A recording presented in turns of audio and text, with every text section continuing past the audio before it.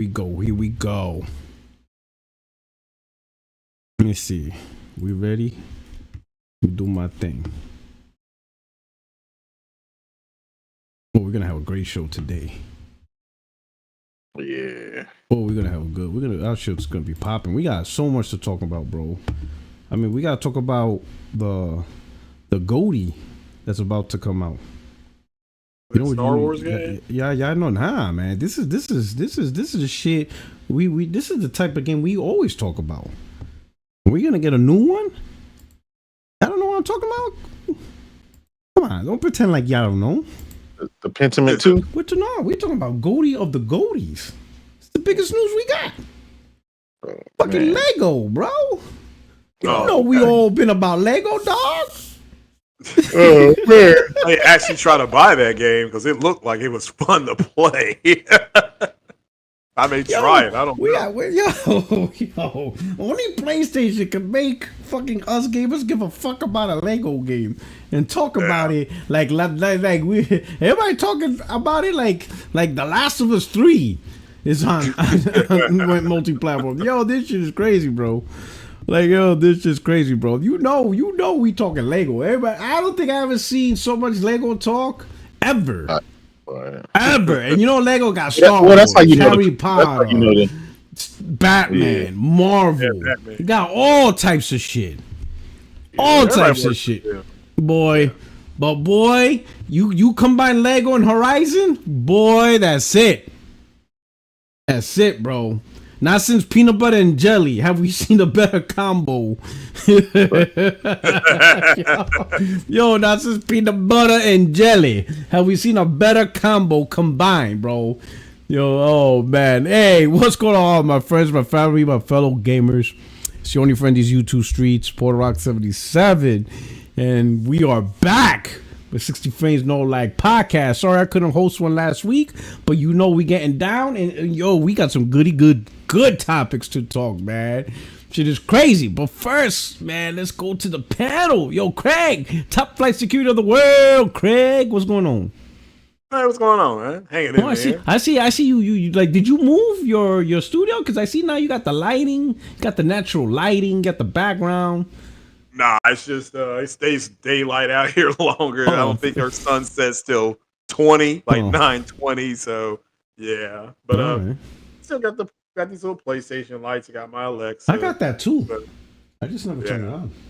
In fact, what the fuck is my shit? Oh, it's shit's right there. There it is. Yeah.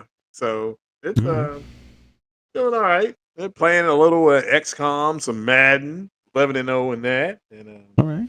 Yeah, Stellar Blade. I'm playing that. The Resident Evil 4, I got to the house. I don't know why those people keep coming at me with pitchforks. So they really don't like me being in there up there. Oh shit! All right, okay, cool. You out here gaming? All right, cool. That's what's up, man. That's some fraudulent activity right there. You actually gaming? That's some fraudulent shit. Yeah, I know. You can't be gaming out here, man. That's some fraudulent shit. No, I'm just kidding. Hey, yo, J Dub, what's going on, man? What's going on, my brother? What's good, everybody? What's up? Same old shit, different day, man. You already know what it is. setting the Twitter streets on fire as usual. Oh shit! Elon better cut me a check. J Dub out here, they ain't like us. Hey, man, we got some weirdos in the community that don't need to be around. Man. You know what I'm saying? Oh man. Yeah. But everything going good, man. We we had the Summer Games Fest. We just had the Xbox showcase and stuff like that. The multi-plat showcase, shall I say? Oh, okay. Oh shit. Man. Yeah, so we'll see. But if y'all can, man, go check out some of them those summer PlayStation. Is it summer days of play or something like that? Go and check some sales out before they're over. Yeah, those are good. It's over Friday, and so those are bunch of good sales going on. Mm-hmm. Yeah, those are good. Those are especially on the indies because I really like finding indies on sale and stuff like that. That way I can buy a bunch of them and have my backlog to play. Yeah. Mm-hmm. Other than that, that's it, man. Other than that, that's it. but everything been kind of low key. All right, copacetic. Everything's been copacetic. Can't complain, my brother. Can't complain. All right. Hot as hell here in Texas, man. I don't know about California it. over there, but yeah, a friend of mine, she's moving back to Houston. California's nice. Saturday. Yeah. Yeah. Oh, okay, Yeah, okay. yeah, Yeah, Kentucky I'm here in Houston, so yeah, Kentucky. We're so far we haven't had that humidity hit us. I mean, it's just been like 84 degrees, but it's been no humidity. You get that light breeze from the north. It actually feels good outside. yeah. Okay. All right. Let me see. Let me look for something. Is he here? No. Let's see. Let me go check the chat out. All right. Let me look for something. Let me What's going on? What's going on here? All right. Where is it at? Did they delete the video? Uh-oh.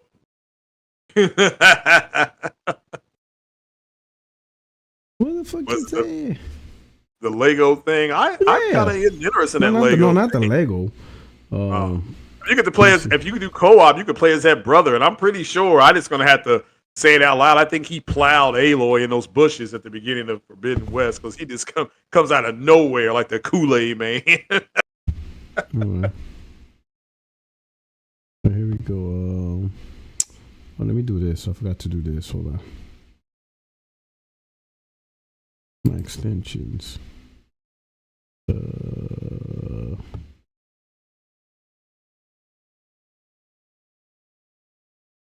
Wait, hold up.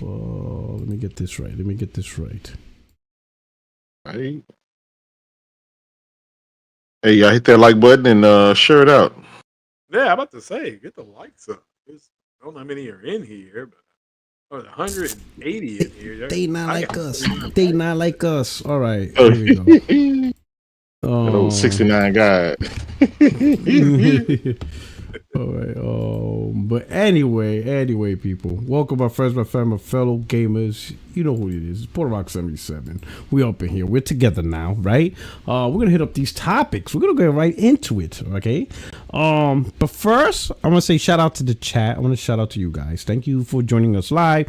Thank you very much for taking your time to rock out with us. We truly appreciate it, man. I hope you enjoyed the show, my peoples, my friends. Wait a minute. I know.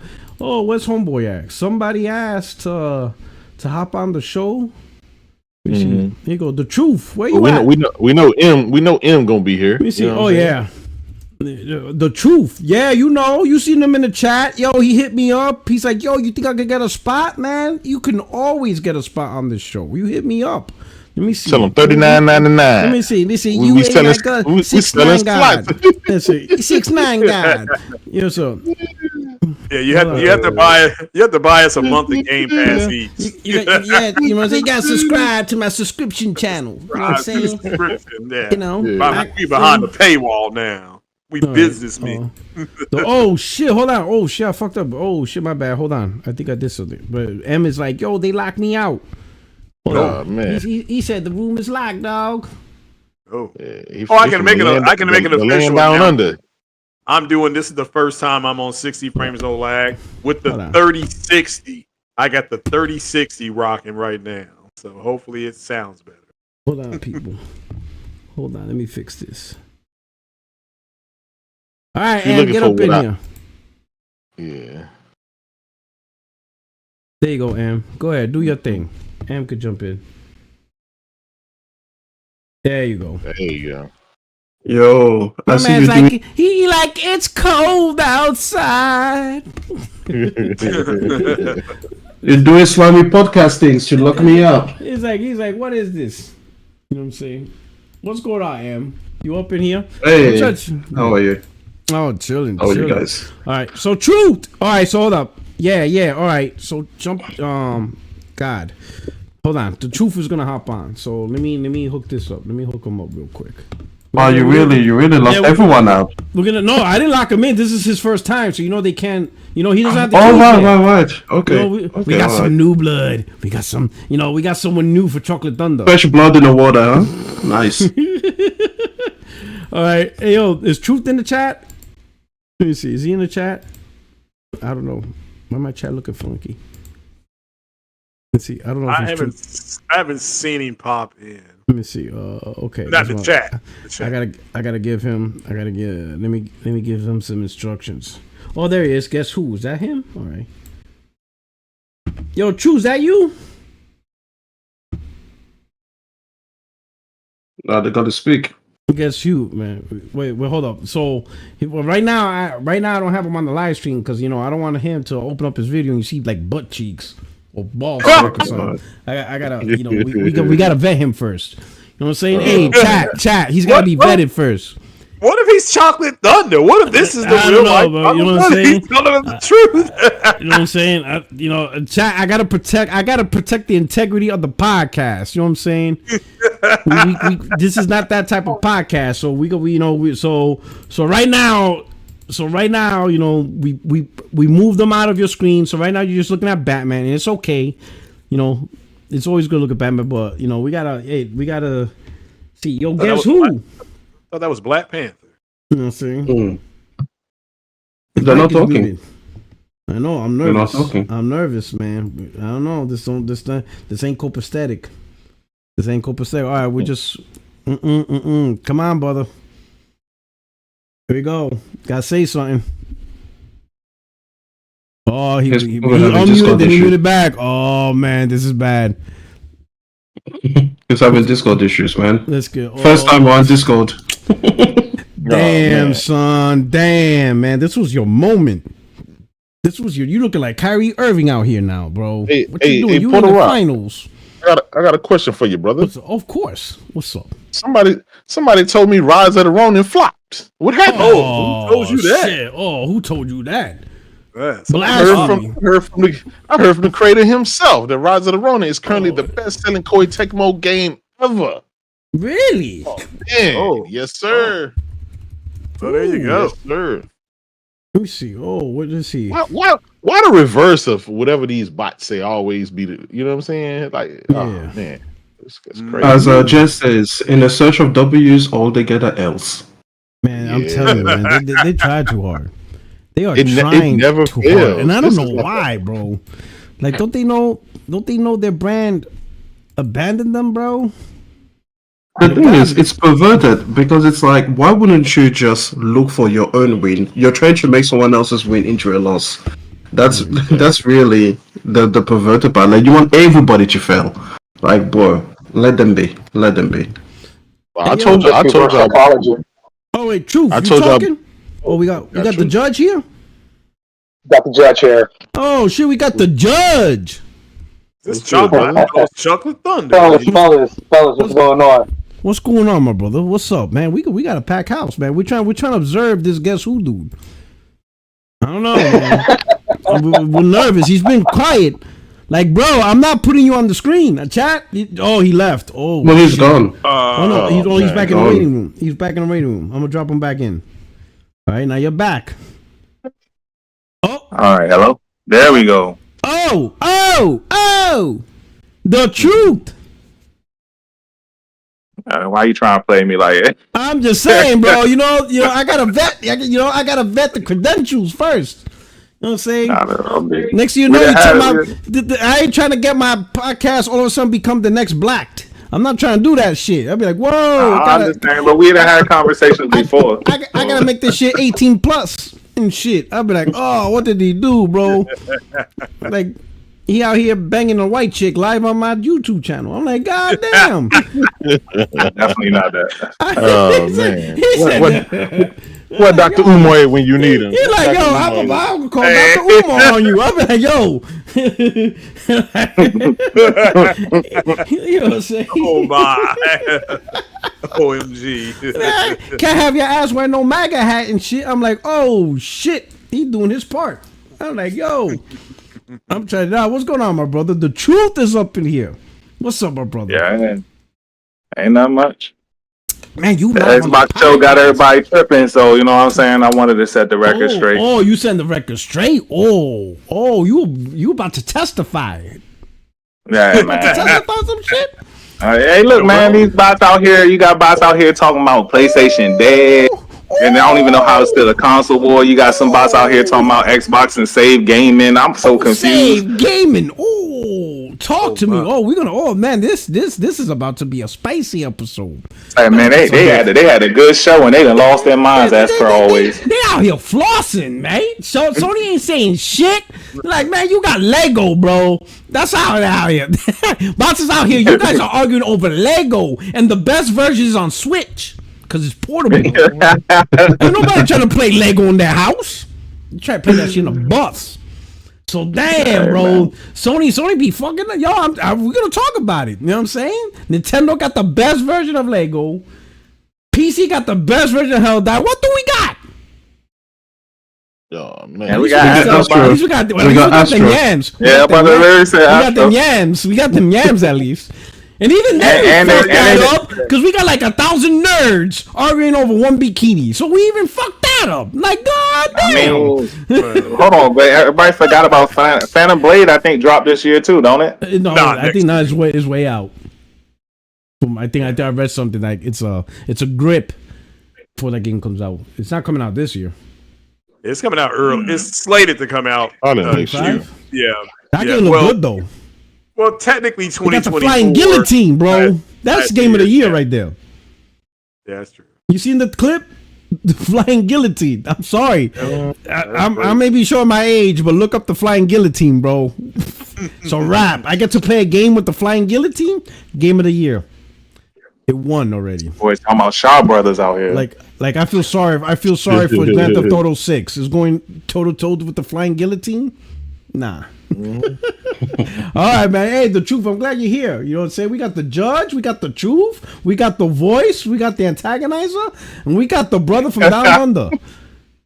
Yo, I'm gonna rename this podcast. This room is full of PlayStation people. You don't even need me. Yeah, very diverse cast of people. This is a very diverse. This. I hit all the DEI checkbox. Right. You know, and this is sponsored in part by Sweet Baby Inc. Yeah, there you go. You must not want your channel to make it, boy. They about to come in here in droves. The Jew's like, you know what? Never mind, Puerto Rico. I'm out. I got no issue with it. I don't care about the verse. Shit, I lost 100 subscribers. Oh shit, that was a joke. I'm about to say, but you about to get attacked, though. Brought to you in part by Sweet Baby Inc. Incorporated. Yo. I hit all the checkbox. I'm gonna get that federal support. That's, you know what I'm saying? I need my tax breaks. Okay, these are I get all my tax breaks by hitting the checkbox. Oh man, all right. So let's get going. Let's get this shit kicking. All right, we're gonna kick it. Once again, hey, appreciate the chat, appreciate the members. If you're new to the channel, subscribe, for everybody that's here, hit the like button, share this out, because I have a feeling this is gonna be spicy. You know what I'm saying? When the truth is up in here, when he hits me up and like, yo, I need to be on a podcast, I'm like, oh. You know what that means, right? Every time some new blood comes to the show, something's about to pop. Remember when Am came onto the show? I don't know. I'd be attracting all the new talent, bro. I should be the general manager of the Knicks. Because I get all the best talent. They just come. You got to keep them. Talent don't matter. You can't stay healthy. They don't stay healthy. I know, right? But I get all the top talent, bro. I'm always getting the number one draft picks. You know what I'm saying? So we're gonna kick off. With the Xbox showcase. I'm gonna start with that. I'm gonna start with the showcase. Let me start off. I'm gonna start off. Normally I let y'all start off. I'm gonna start off, right? I'm gonna start off real quick. To me, that shit was a 10-10. Mm-hmm. And I'm not capping. I'm not bullshit. People think I'm lying. Like, why would I lie? I don't lie. 60 frames don't lie. Now, the reason why I think it's a 10-10, because there was a lot of games that I want to play. There's at least like 8. I'm like, wow, I want to play that. Wow, I want to play that. Now, I will say this caveat. Right? This is for me. I did not look at the Microsoft showcase as a traditional first-party showcase. I moved on from that. I looked at it no different than, let's say, if Ubisoft had a showcase, or if EA had a showcase, or Capcom. What games are you making that I want to play? That's it. I didn't care if this is going to bring Xbox back, because in my opinion, it's never coming back. That shit's already dead in the water, right? So I just looked at it like, like back in the days. Remember back in the days we used to get Ubisoft showcases? Remember, shit like that? That's how I saw it. And when what Microsoft showed, I'm like, yo, there's a couple of hitters. There's a couple of games. Like, what is it? South of Midnight? That should look fire. Yeah. I want to play that, and that should give Absolutely. Extreme. That game gave me a mixture Black Kenna. of a Black Kenna and a little bit of Forspoken. The way she fought, like the little combat, it gave me a little bit of, and I'm like, you know what? I like both games. So this game gave me two things that I enjoy. You know what? So you know, and don't forget Breath of the Wild with the glider. Yeah, you know, whenever a game has a glider, it's Breath of the Wild, you know? Okay, so that's what I saw. So that's why I give it 10/10. Because I saw just a lot. I was like, I like that game. I like that game. Ooh, I like that game. Yep, that looks good. Okay, I could mess with that. And then I saw very little. What the fuck is that? Like, I saw very little of that. Like, nothing really made me think, like, the fuck? Like, nothing. Nothing made me... Some games, like, you know, whatever. But nothing made me say, the fuck? You know, most of it was like, ooh, I could fucks with that. Oh, I liked it. No, there was just a lot of content. But that's just me. So I'm going to leave it there. I'm going to toss it over to the UK guard. You know what I'm saying? Top Flight Security Road, Craig. What are your thoughts? Xbox Showcase. And did it embarrass the shit out of Sony? Oh, I mean, I can say everything. 50% of what they showed will be on the PlayStation. But I thought I really enjoyed the pacing of the way that show went. Yeah, I mean, they showed Black Ops. That'll be on PlayStation. They showed Doom. That rumor that had been reported turned out to be true. And everything else is, you know, I mean, you'll talk about it later on, I'm sure. Phil Spencer said that they'll hashtag the whole slate. So, but yeah, no, I mean, it was a fine show. I gave it a C+ because 50% of what they show will be on PlayStation. However, what they showed, I'm like, oh yeah, well, you're seeing hey, this is what $80 billion looks like. That's what it looks like. You know, the Starfield DLC, all that. You know, there's nothing wrong with what they showed, but they are, as you said, a third-party entity. What's the difference in what they did and what, you know, Ubisoft or Rockstar or Square Enix or somebody like that who have their own pressers can do? But again, I like Black Myth Wukong looks interesting. Somebody mentioned Phantom Blade earlier. All that looked interesting. Silent Hill, yeah, I'm buying that. You know, so there was a whole lot I thought over the show, you know, that has happened that I will be buying. So, and like you said, looked interesting. So, yeah, I don't disagree with you.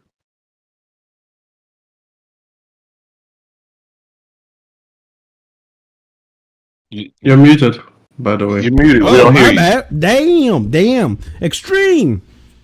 Yo. What are your thoughts on the Xbox Showcase? First of all, let me make sure I get on camera for this, you know.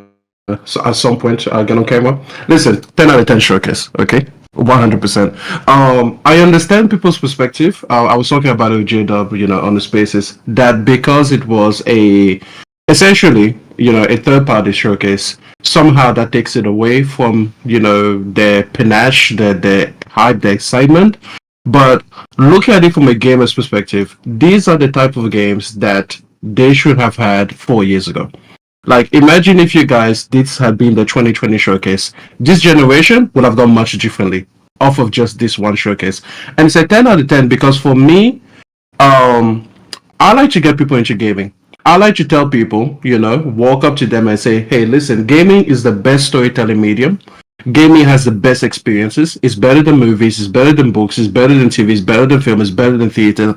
Like, I partake in all of those other mediums and I enjoy them, but gaming is far above them. Like, you could stack all of those up and it wouldn't add up to gaming. And so when you make a claim like that, you need to be able to back it up. So for me, what I look for in a showcase is, could I point someone to that showcase and be like, go and check out what gaming is about? And this is absolutely a 10 out of 10 showcase. If you have a neighbor, if you have a family member, if you have a friend who is like, hey, listen, gaming, isn't that a little Mario thing? You can point them to this showcase and be like, look at what gaming can provide. So it is absolutely a 10 out of 10 showcase. Xbox should absolutely be happy with themselves. And yes, they bought this talent. They bought their ability to get these games. But hey, you know what? Their power is they are rich. And finally, we finally see what money can get you. So listen, I am over the moon with this showcase. Super happy about it. And one more thing I will say is this. Has these games been exclusive, I would have bought an Xbox after this showcase. Like, straight up, I wouldn't even have waited for the games. I would have bought an Xbox, and I want to say that it's such a shame, right? Because for the last 10 years, the joke has been Xbox has no games. And now when you finally get the games that will get a person like myself to buy an Xbox, you give it away to the other platform? Like, are you serious? And here's the thing. I'm not going to buy an Xbox now because I know these games are coming to PlayStation and I prefer the PlayStation platform. I have no issue with the Xbox platform. I just prefer PlayStation. And here's the thing. I always say this. I'm not going to believe in your platform more than you do. Like, I'm not going to believe in the Xbox for you. You know, like, if Phil Spencer, you prefer PlayStation because you're going to give them the games, you go and buy a PlayStation yourself, you talk about a DualSense, you say God of War was one of your favorite games that one year. Remember that rant that I had about that? Like, if you are the head of Mercedes and you have no cars coming in the next 10 years, you better like your schooler. Like, bro, you better not talk to me about Audi. So again, I'm not going to believe in your platform for you. They should have made these games exclusive, and I think they would have seen a tide turn. And I've got more to say about that, but let's let everybody talk. All right, cool. All right, we're gonna move this over to the judge, because I'm gonna leave the truth for last. He's new, so I'm gonna let him spit his bars last and see what he bring into the table. But the judge, what's going on, man? What's your verdict? Man, I gotta give this show. Whip out the gavel. I gotta give this show either a high B or an A minus. I'm not gonna go as high as a 10-10, and it's already for the points that both you and M already said because of it wasn't a first party showcase. If it was, then I'll be right there with you guys. But the point is still the same. It makes to me, that's not what a showcase is all about. But looking at that showcase, it's not only did it show games, but it showed games that I actually really want to play. Like Perfect Dark, I haven't been excited about Perfect Dark since 2000. Playing this back on the 64. We're rare. As far as it was another game that they showed. I want to say it was called Pentiment 33. I had something to do with the number 33. I was really interested in that. Expedition 33. Yeah, I was really interested in that game, and Gears of War. I haven't been excited for Gears of War since Gears of War 3 back on the Xbox 360. However, M hit something right on the head for me, and it really resonated when he said that I can't believe more in your system than what you do for yourself. And that reminds me of how I felt about the original Xbox. I was an original Xbox head, whereas I worked two of them, and I worked that system. I worked the second system specifically for more when I was in college, because I was like, damn, there's no system like this. And at that time, where Microsoft really started to fall off with me is because of the fact that with the original Xbox, they stopped supporting that system the moment the 360 came out. So it was like, all right, that's strike one, and for me that was a bad sign for Microsoft. But going back to the whole show, they really hit it out the park. I was happy, I was pleased, and as far as to with your question, did they embarrass Sony? Yeah, and that may be a stretch, but yeah, I'm gonna say yeah, they sure did, because as far as Sony showcase, the standout game to me, two standout games to me were on this side was Astrobot. Hey, I couldn't really get excited about your mic is messing up, man. Oh, my fault. Can you hear me? No, it's not about hearing. It's like robotic. It's cutting in and out.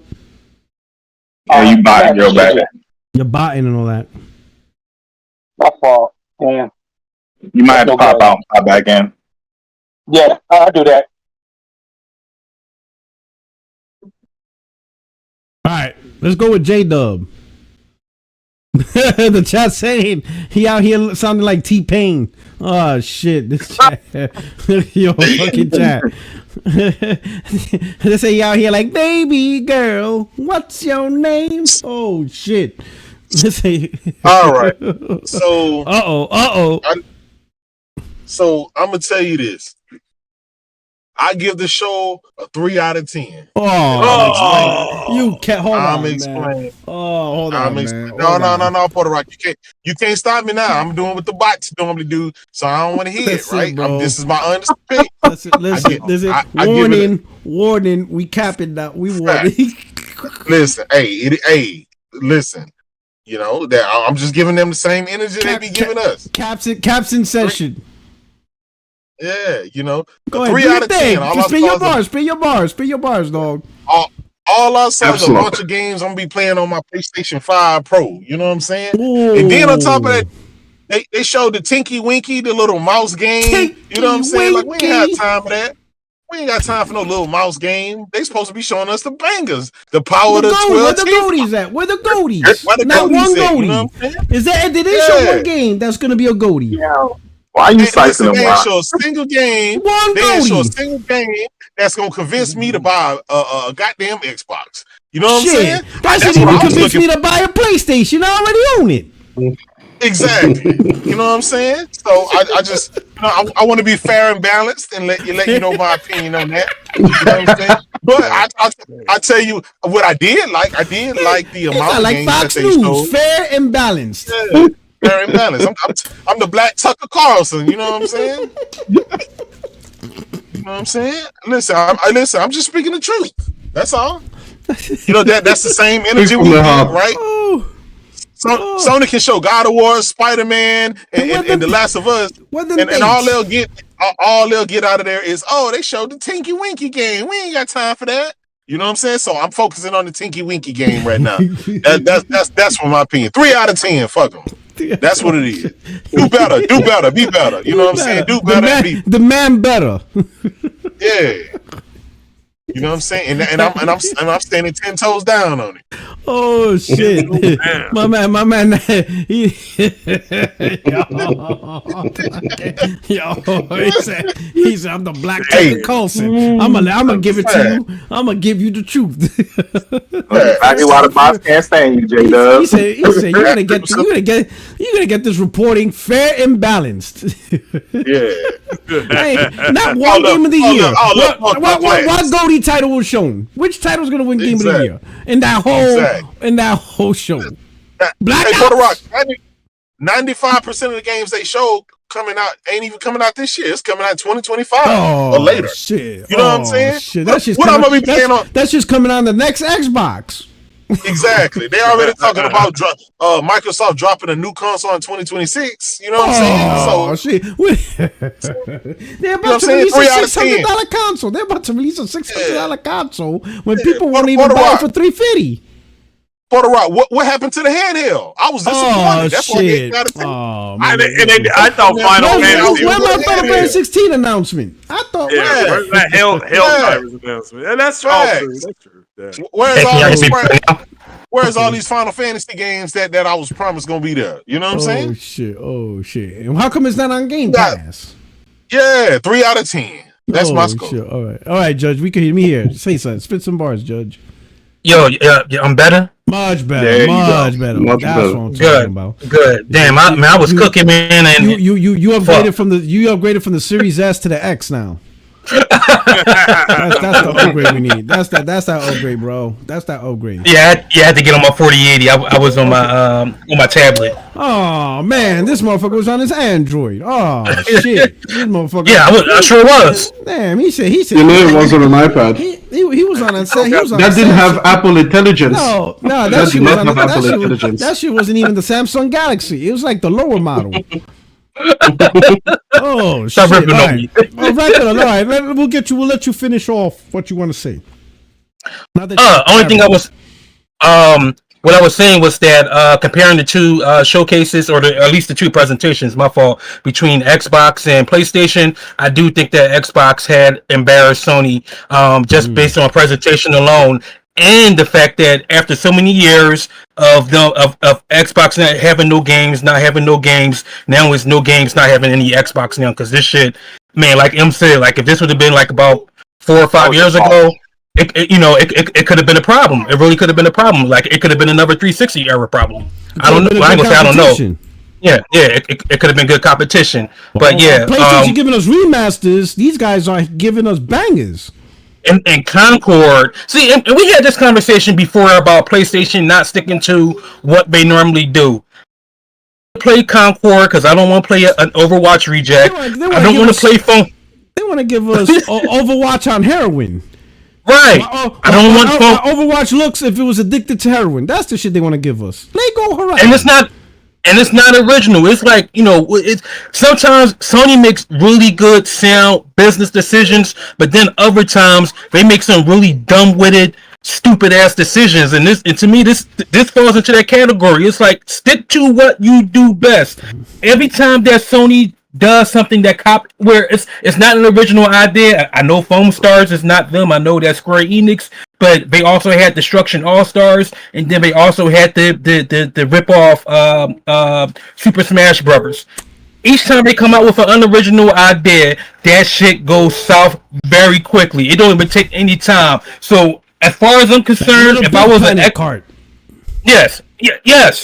As far as I'm concerned, if I was an Xbot, I will be rejoicing about this, but my rejoicing would be only on this presentation and this presentation alone. And that's it for me. They're acting bold. They're acting bold. Yeah. They're thinking the next console. You know what? I'm going to segue into the truth. You hear that, Truth? Yeah. Yo, you got a lot to answer for now. Because, what is going on? Bro, that was a bunch of nonsense. Listen, bro. We got crack-addicted Concord. The fuck is that? I bet you $20 that's trying to be fine. Listen, we out here arguing over a Lego game. That's what we doing now. Like, what happened, bro? Like, what's going on? Truth, help me out here. I'm on the ledge. What you want me to do? You want? Hold on. Give me the truth. Hit me with the truth. Wait, what you want me to address first? You want me to address the showcase, or you want me to address your questions? You know what? Let's start with the showcase. Like, tell me why that showcase is the best ever this gen. How does Xbox got the gen of gens of showcases? I wouldn't know what happened, man. Money. Sony ain't had a showcase yet, so of course it's gonna be the best. Shit. You know what I'm saying? You remember last time You remember last time this happened in 2020, right? They had their showcase in June, and then they had their little the Tokyo Game Show, Gamescom, and then they had their little indie show, and then Sony came out, and then Miles Morales' suit burned off. Yeah, okay. It's about to be one of those moments. No, but I'm saying that 2020 Xbox showcase, man, that shit Craig. The best part of that showcase was Craig. Yeah, but you couldn't tell the box that. They gave us heat, bro. They gave us heat. Okay, hold on. So let me go ahead and talk about this showcase. Look, check this out. The showcase was solid. It was a solid show, right? But like, let's not amp them up like they did something crazy. If we really being honest about it, right? The games look solid, but this is Xbox. Y'all giving them credit before the drinks. Doc always say, wait with it. For me, it's with Xbox. Wait till they put the games in your hands, because we seen Starfield. We seen what is it? The Bite Edition drink. What is that damn game called? Redfall. We seen everything that they just dropped. There's only been whatever that drink called. So we seen them drop games and it never live up to the standard that they sold us on in the first place. So let's wait until we get the games in hand, because if we being honest, all those games wasn't really actual gameplay. What they say was in engine, meaning they probably don't have all the assets on and all the other stuff. That's a fact. Starfield did the same thing, remember? Everything was in engine, and then we saw that. So I'm just being honest. You look, I get it. You could be excited. I'm not trying to take away from anybody's excitement. The show was solid. It was a good showing as far as the pacing, the games they showed, especially the third parties games. My favorite game was Expedition 33. But all the games they showed were games that were supposed to come out years ago. State of Decay was shown in 2020, and they still don't got a release date. They ain't had no kind of gameplay. What you thought that little 1-2 shots that they showed was actual gameplay? I beg to differ. It's State of Decay. When they showed Fable, they barely showed any gameplay. So yeah, they're showing little snippets of in-game engine, so we know at least visually it looked like that. But the only thing they really showed from their first party that was gameplay that wasn't like Doom was South by Midnight. Or South of Mids, what is it? South by Midnight or whatever. Yes. That shit was solid, but they ain't show no other game playing like that. Yeah. He ain't lying. I agree. I agree with him. 100%. He's right. What game they showed? Because you saw Doom and Call of Duty. Yeah, but the other turn-based RPG. That's not Xbox. That's on PlayStation. Well, Expedition 33. No. I'm talking about from their first party. I don't care about the third party stuff and the second party stuff. Those were great shows. It's all third party. I'm not on that boat yet. They until Phil get your tickets, bro. Get your tickets.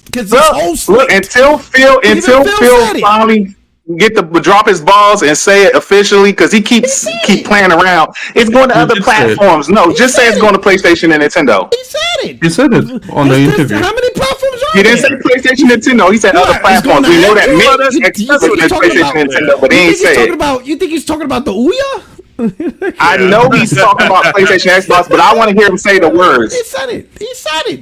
You know what I'm He's not going to say the words. He's not going to say the words, man. He said, listen. Hey, Satya say it all the time. We're going to talk about it. He said, I need to get on Satya's page. He even told the fan base, my commitment to you is simply you can buy the game or play it on Game Pass. He did not say my commitment to you was for you to have exclusives. He didn't tell him that. Yeah. He said that's fine, but I'm just talking about Xbox first party. They showed a bunch of games that basically were shown in 2020, first-ish, 2021, and they still don't have no dates. State of Decay didn't have no date. They just got a bunch of games that like either coming out next year or didn't have no dates. They didn't show a ton of gameplay for games that are coming out this year. Indiana Jones, they showed me a long ass cutscene. But they ain't show me no new gameplay. All them little snippets from the last time they showed it when they was just jumping around. I want to see gameplay like South by Midnight. Yeah, but again, he's right. Two things can be right at the same time. I think it's okay. I said it was a good show. Yeah, but here's my question. Neil Druckmann gives us fucking interviews and future things saying, oh, this game's going to be impactful. Motherfucker, how many tweets are you going to see that this game's going to be impactful? He ain't showing shit. I'm talking about like Sony. Sony is not even doing what Xbox is doing. They're not giving us they don't anything. have to. Yeah, they don't have to. Okay, so can I say this? Then? Everybody, I think you have a right to be frustrated because I'm frustrated with Sony, right? They don't do hype anymore. If you notice, they're taking the playbook out of Nintendo's playbook where they only show games when they're like way closer to release, and then they don't do like a hype reel. Like when you watch Nintendo shows, ain't nobody ain't watching a Nintendo show. Even Nintendo fans ain't watching it and losing their mind. They might get hype about a game or two, but most of the time they just be like, oh, okay, cool. PlayStation kind of moved away from the big overly hype moments. They've been doing state of plays with showing solid gameplay of the games that they're going to release within a reasonable amount of time, and their showcases have been pretty much lackluster for the most part. They only had like one showcase that was pretty much fire since they've come out, and they've been consistent. But I would say I would say that strategy only works I would say that strategy works if you consistently release games every year, like Nintendo. Like we never hear Nintendo going through a drought. Now, granted, their games is not as advanced. They probably don't spend as money. It's probably easier to develop for. But still, that strategy works if you release games every year, all the time. Then I could see that works, right? Okay, but they are doing that. When you go a whole year and all you got was Spider-Man, and then this year you're like, okay, you got Helldivers, cool, for the multiplayer audience, and now another game for the multiplayer audience, which is Concord, and it's like, and listen, I like the other stuff and Lego. Oh, shit, bro, Lego. Oh fuck, man. So now I'm confused because you're saying wait. I'm so confused because you said consistent, right? They've only had 1 year where they didn't drop multiple first party games, and that was last year, but they've been consistent. Yeah, I was about to say it's okay. Just because you don't like the game or you don't care about the game don't mean it ain't consistent. They dropping 4 games from their first, they're dropping 2 games from their, or 3 games from their first party. Yep. This year, 4 games. They go dropping basically 4 games from their first party this year. Lego, Astrobot, Concord, and Helldivers. See, we can't be doing this, man. We can't. Okay, let's just do 2. Let's just do 2. Astrobot and Concord. You can't be doing this. But see, they've always done this. They've always had just maybe 1 or 2 major releases, and they've always supplemented it. And I remember somebody else talking about this on another podcast. We're at the point. Listen, let me put it this way. Hold on. We are at the point. We are actually even considering Lego. We're actually considering Lego as a hitter. We hit rock bottom. Well, see, that's you're making two different arguments. Listen, I'm a Batman fanboy too, though. No. I'm not a fanboy like that, though. Consider playing Lego Batman. That's not even a thought. I said this earlier. But you're making two different arguments, though. You didn't say anything about bangers. You said they need to be consistently showing games. I just simply stayed on the battlefield. You said they're dropping 4 games this year from their first party. I don't care if you like them or if they're bangers or not. That's not what I said. You said you didn't say bangers. So the problem I had with that statement. No, he's right. He's correct. Because the reason why, if that's the statement, that's the barometer, then Xbox was fine all gen long. Because they always had games. They always had games. They just didn't have the games we liked. They didn't have bangers. They had Pentiment. They had Crossfire. I could name games every year that Xbox released. No, the fanboys. If that's the barometer, Xbox had no games. But Xbox has Starfield. Now you may not like Starfield, but they. That's what I'm saying, though. If the true standard is that, then you really can't fault any platform. You can't criticize for games existing. What I'm saying is, if the barometer is something is there, it doesn't matter how you feel about it, then you really can't criticize a platform because they all have something that's there. Something's there. Two things you write at the same time. Something is there. It's just not what people want. I said before, people didn't want Concord. They wanted something called The Last of Us multiplayer game. That's what they wanted. They didn't want Astro's Playroom. They want Days Gone. Days Gone Part 2. They're not getting what they want, so they're throwing a bitch fit. But Sony's cadence has always been 1 to 2 AAA games from their first party. Then they supplement, like they did with Silent Hill. They're supplementing with Until Dawn. And then they do come in with Astrobot at the end of the year. That's what they've always done. You can go back and look, but no, this doesn't mean if you want to criticize, you're a consumer, criticize. But it doesn't change what the truth is saying. That's why I did my podcast earlier today. 2 things can be right at the same time. Shout out to the late, great Optimus Code, who used to always say that. So that's where we are. That's where things are right now. Can I ask a question? Yeah. Let me just ask this question real quick. Because the reason I gave it, I said, I was bullshitting around. I gave it a 3 out of 10. Is because of what the expectation was and what was actually delivered. Yeah. It wasn't whether I'm going to play each of those games. It wasn't if those games were a God of War competitor or the Last of Us competitor or a Spider-Man competitor. It wasn't any of that. So I think our expectation is that Sony comes out every time and give us a Spider-Man or a God of War or the Last of Us type game. And when you don't get those, then it's like everything else is trash. But all I heard last generation and part of this generation is Sony don't do multiplayer games. They don't do shooters. They don't do X, Y, and Z. Now it seems like my third person over the shoulder game. Listen. Now I'm agreeing with you that they're actually trying to remedy some of those things and quash some of those concerns that Sony don't do this and Sony don't do that. Now it's trash. We don't want it. Nobody was asking for it. Now, granted, Helldivers 2 was their first live service game. Nobody was asking for it. They gave it to it. It was a banger. Knocked it out the park, right? Now they're going to come out with Concord. It could be a banger or it could flop. But the fact that they're trying something that's not out of their, that's not, what they traditionally would do. So as a PlayStation fan, do you just want them to keep making God of War, The Last of Us, Spider-Man? Or do you want them to try to reach out to other genres and try to do something? Because we talked about this when the ABK deal started, right? We talked about it how, Sony's in trouble because they don't have anything to compete with Call of Duty, the biggest game. Well, how would they ever get there if they never try? I agree. Right? How are you ever going to compete with COD if they don't try? And I get it. People will say nobody's asking for that. So now I'm not saying Concord is that game. It could be dog water, right? It could be just like Foam Stars and the rest of that shit. I'm not saying it will be. But unless they keep trying to fill in those blanks, right? We know they got single player story driven games on lock. Nobody can touch them in that. We know that. But unless they try, then I mean they're never going to get there, and people are going to keep PlayStation still going to be known for being the dad box, the single player story driven template, right?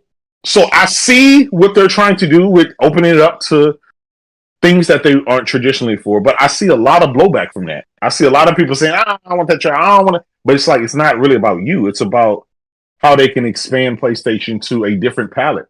Because some people don't like the God of War. Some people don't like Spider-Man. They don't like the single player story driven game. Some people, all they do is play shooters. Hell, we know people. We got friends in the community. That's all they do is fucking play Madden 2K and COD, right? Call in the B2 and get one man army. So that's all those they do. People are never. Those gamers are never going to buy a God of War. But it's possible if you make a shooter and it's interesting enough for them. It's possible you may be able to get it. Hold the rock, real quick. I gotta disagree. So let me hit up his point. So you make up a good point. In fact, I'm gonna tell you one of the biggest critics that we've been hearing for years is BG. Right? BG is probably one of the most biggest critics of PlayStation needs more multiplayer. PlayStation needs more multiplayer. One of the biggest critics. Here's the thing though. BG primarily plays on PC.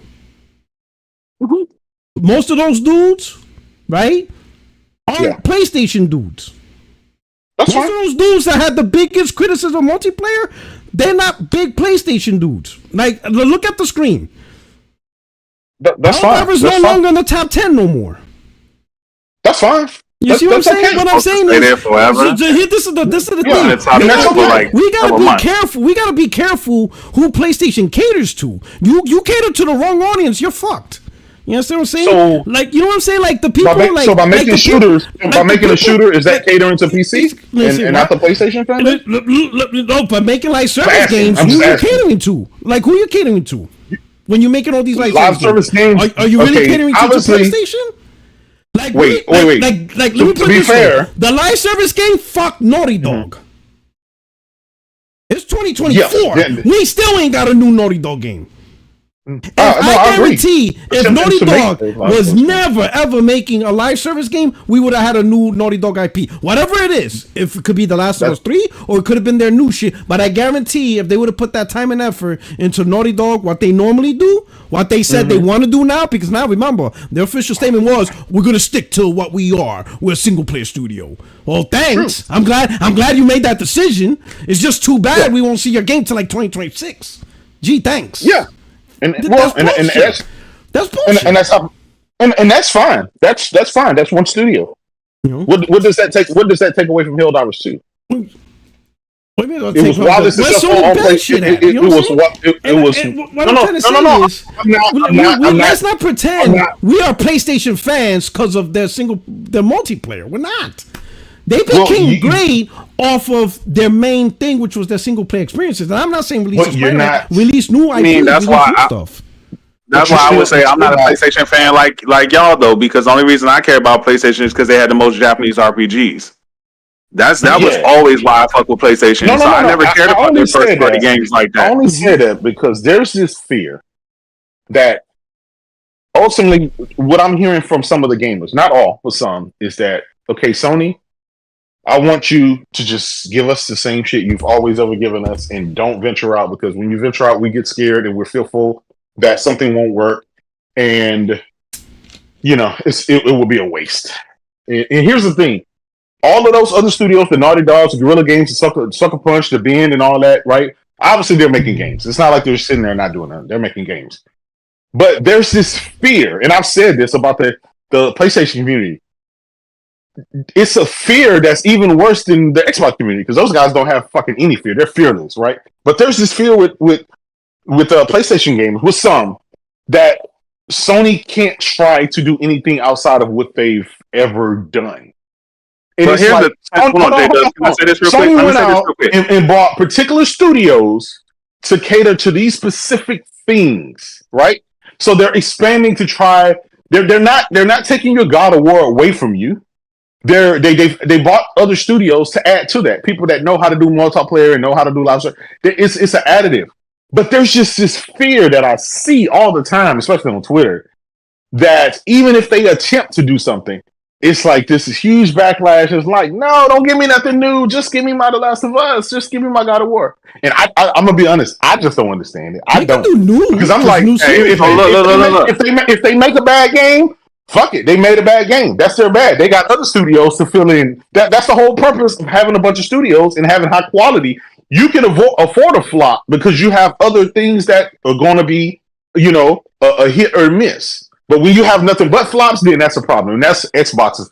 That's their issue is that they have a bunch of flops and very little W's. But PlayStation has all these fucking W's, and there's this fear of a flop. Like it hurts people's souls if they make a bad game or a game that just don't do what it should have done. I just feel that. I feel it from the community. But if we've been honest though, like, come on, man, this is PlayStation. They've been doing this stuff. Like, I don't know why everybody acting like they never did. Haze was a multiplayer. That was from their first party. Starfield. What was it? SOCOM. Star Wars. Oh, was it? Yeah. Okay, well, Warhawk. That's all PlayStation. That was trash. Yeah. Yeah, it was trash. Satcom, they've been making shooters from before. They had Killzone. They got, even though Resistance was a single player, they've always ventured out. People don't even count the other games that Sony used to make, like SingStar. SingStar was made by Japan Studios.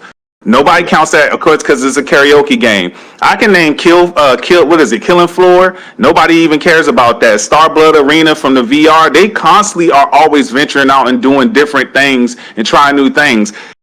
PlayStation fans only care about God of War, and because it's not The Last of Us. And I won't say the PlayStation fans. I will say the Twitter PlayStation fans only bring up the God of Wars and stuff because those are the ones that get the attention, the awards, and it's the best way to troll Xbox fans. I've never been a PlayStation fan like that. So when Rock was saying earlier, like, hey, that's not that these 4 games aren't the bangers, and we now we can't equate. Well, I was never on Twitter ever singing. You can't go nowhere on my X and find where I was ever like, oh, these games are the only games I ever talk about. I had this same debate with somebody on Heartache Show where they were saying that Xbox had more variety of games. And this was like a year or two ago, so they wanted to go for the PlayStation 4 versus the Xbox One. And I literally was calling out things like Killing Floor. And he was like, wait, what are these games? Because PlayStation fans don't use those games because they don't care, because those aren't the games that's going to ring the bells. You know what I mean? Yeah. But my point wasn't to prove that the games were better. My point was just to say Xbox has never had more variety. Even right now, I would say right now they have more variety. They were known to being a shooter box. That's exactly right now they have more variety than ever because they bought their way there, as E said, and that's fine. I'm not mad at that. But even if you look at like the first 2 or 3 years, as far as like the plethora type of games, Sony was right there, stride for stride with Xbox in the variety. Because I know we got a lot of Xbox fans that be like, "Is this third person over shoulder games?" I'm like, "Are you kidding me?"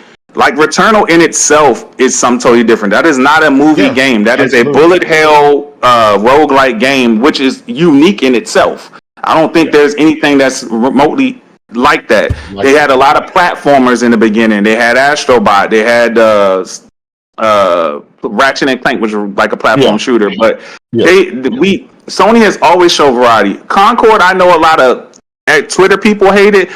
To me, I don't know if that game's gonna blow up or be trash, but what I do see that game being is like a Fallout 76 or like a Elder Scrolls Online, where it's doing good. Neither one of those games are doing massively great, but they're doing good enough. Or even like a Sea of Thieves, like it's not going to die. This game's not coming out today. Die, I promise you that, and I'm willing to put money on that one.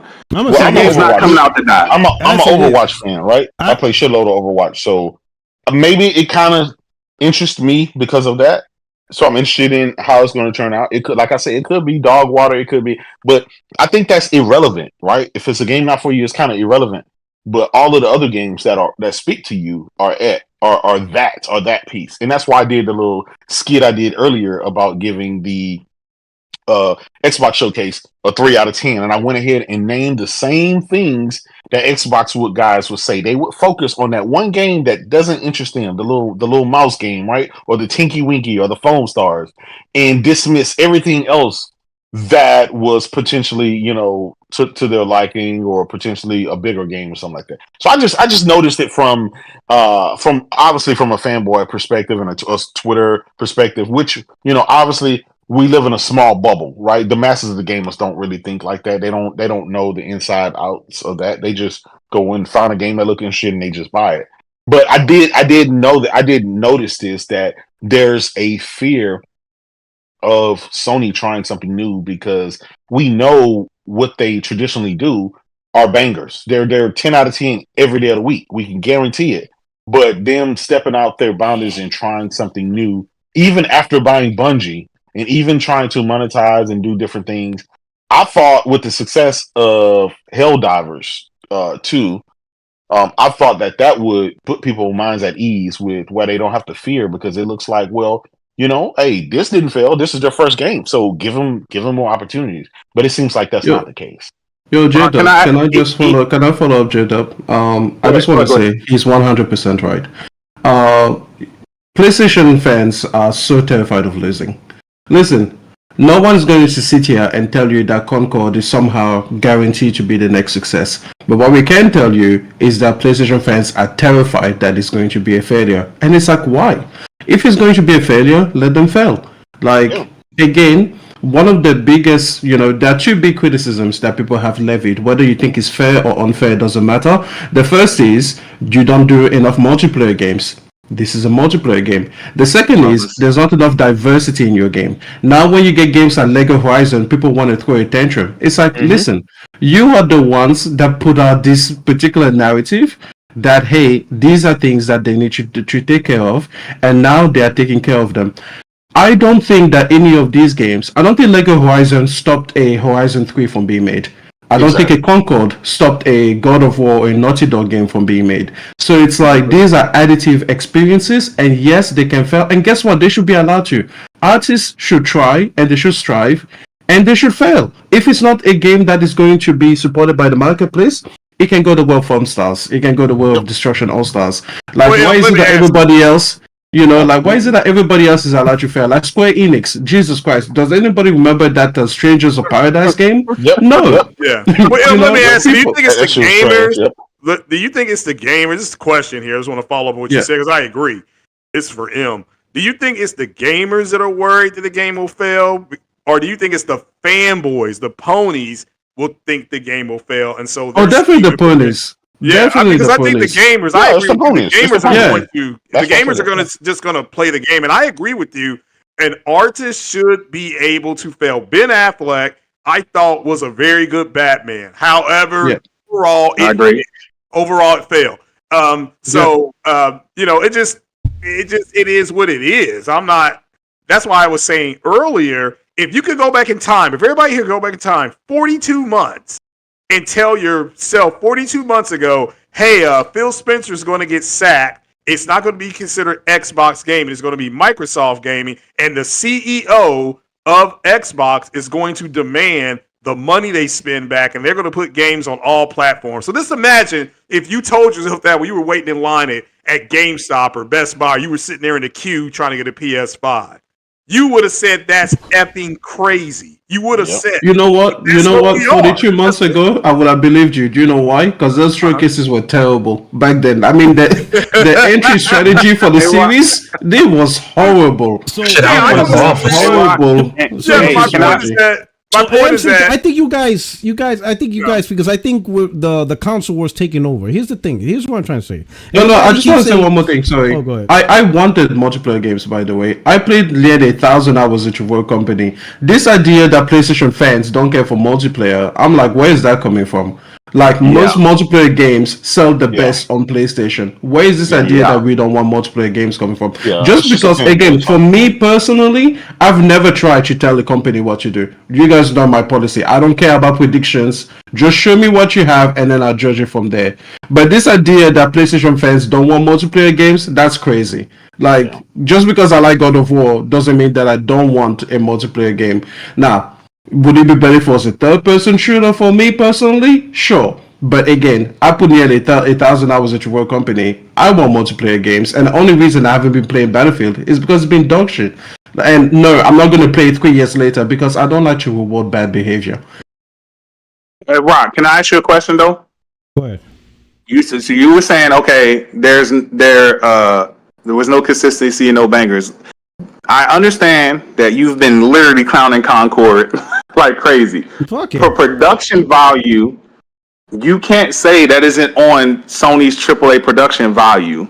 Like if you went back, I know you may have not, but if you went back and watched that trailer, how the bots are saying 4K 60, you would actually see how that game looks immaculate. It actually, if the characters even in the gameplay looks almost as good as the cinematics. Now, the gameplay may not look as crazy. I'm talking about like the models in the game and the stages look immaculate. Now, I understand that you keep saying if it's not going to be as big as Overwatch, and it could be and it may not be. I don't think it is, but I do think it has its space to live. So do you not see that as it being the high level quality that Sony makes? Absolutely not. Because from a graphic production level, Suicide Squad was up there. And I knew within the first 2 minutes that shit was going to be a piece of shit. And it wasn't because of lack of graphics, because it had the same level of quality and graphics as the Arkham Knight. Maybe even better, because it's newer engine. But I knew it was going to be a piece of shit. I knew, I'm like, oh, this shit's going to flop. This shit, what the fuck? You understand what I'm saying? Right? It's like this. If you met a girl for the first time, and the first word she comes out of her mouth says, oh, you remind me of my ex. Is that a compliment? Nope. No. Depends. You know, what? One, if you even compare me to another man, that day is over. That's the last shit I want to hear from your mouth, that you're thinking of another man when you see me for the first time. The point is, when you have a live service multiplayer game, and the first thing somebody says, oh, you look like this, you're already behind the power curve. Because now you're already competing to something that's already out there and it's popular. And when it comes to Overwatch, it's free to play. So you're already behind the power curve. See, Helldivers didn't go through that. I know everybody's trying to use Helldivers to protect Concord, but nobody said the worst case. Oh, you got to explain Fortnite then, Puerto Rock. The only thing people said about Helldivers was it's Starship Troopers, but that's not really a big franchise game. But that's you got to just a explain reference Fortnite to license. then. What? Because you got to explain Fortnite then. When Fortnite first don't came look out, like Fortnite. No. Listen. I didn't say that. You got to listen to me. You have to explain Fortnite. Because PUBG was the big thing when it came out, right? And Fortnite came out, it's this little tinky winky cartoony game, and that shit took over, right? It took over. You know, they took over by advertising. We're just like Fortnite. It's just like PUBG. That was literally their advertising. It's just like PUBG. They made a battle royale mode. No, they took the battle royale concept, but it does not look like PUBG. No. I didn't say it's just the same genre. What I'm saying is, it looks like Overwatch. Graphically, no, it does not. No, it doesn't. Graphically, that's what it does. No, it does not. I guess that, yeah. I'm an Overwatch guy. Yeah, Overwatch does not look like Concord. You crazy on that one. Oh my god! Why do you think people saying Overwatch because it's a first-person shooter? No, they're saying it's Overwatch because it's a turn-based shooter. Yeah, that's what I'm saying. But you're saying visually, it does not look. Visually, it doesn't look anything like Overwatch. Exactly. I mean, that the concept I was trying to use for Puerto Rock is that PUBG was the big shit out, right? It was a different art style. It was the biggest shit out. Everybody was on it. Then Fortnite came out. Then it added the battle royale mode, and then everybody dropped PUBG. And then everybody played Fortnite, and they've been playing it for this. So we say all these gamers always play Fortnite, they always play COD. Well, how do you get people that always play these games? You have to try. You just can't say, okay, well, we're not going to make a shooter because COD. I mean, the problem with that, we're not going to play this is Fortnite. The boat has sailed. The boat has sailed. Look, come here. Let me show you. This is it has not. This is what we say in our heads, but this is the reality. I'm showing you on the screen. This is what PlayStation gamers. This is the most recent player engagement. There's only one game on this list that came out this gen. I mean, and that's like Xbox. That's like X-Defined on this list. Everything else. This is what I'm trying to tell you. PlayStation gamers are already married. You're already married. They already got their wife. They're not even wifey. They're not even forgetting it's not just PlayStation gamers no more though. With their multiplayer, you're not trying to take over COD. Or you're not trying to take. That's who saved Helldivers, right? According to you. Oh shit! So now we making games primarily with the PC focus in mind. No, that's what you're saying. You're saying it's going to come out, and basically Concord's coming out to die. And I'm like, maybe if it came out on PlayStation, I would agree with you. But I think PlayStation fans are going to, not a lot, but I think PlayStation fans, just like Helldivers, I think it's going to be the same thing. Majority of people that play these type of games, so the majority of people that play Overwatch are PC players anyway. The majority of people that play them character type games are PC people. So these games are primarily going to be surviving because of PC gamers. That's even worse. But it's both. It's just like Helldivers is. Wait, wasn't Helldivers sold well for months? In fact, look, Helldivers 2 is still on PC. It's still the number 2 play game on Helldivers. That shit dropped out of the PlayStation side.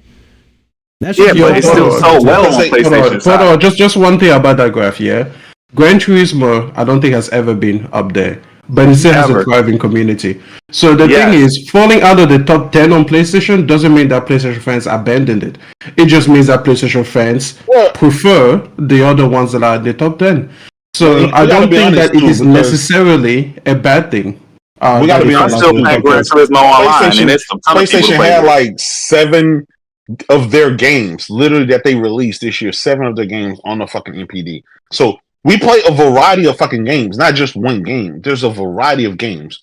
So I think you're looking at it from I'm like, the end game, sure, I'm pretty sure Sony would like to have a Call of Duty that would just be number 1 every month for fucking ever. Everybody would like that. Same GTA, right? But if you can get something that even comes at number 7 and it just sits there for months and months on that list, you don't think Overwatch, right? Even though Overwatch is on that list, you don't think Microsoft and ABK are still happy that Overwatch is being played by millions and millions of people? That or even like number 15. Like even if you're the number 15 most played game, it's just looking at a top. That's all they're looking for. After you've been in the list for 6 fucking months. Helldivers been on the fucking NPD charts for 6 fucking months, up at the top. Exactly. Now the first month that it's not in the top 10. It hasn't been 6 months. February. A figure of speech, man.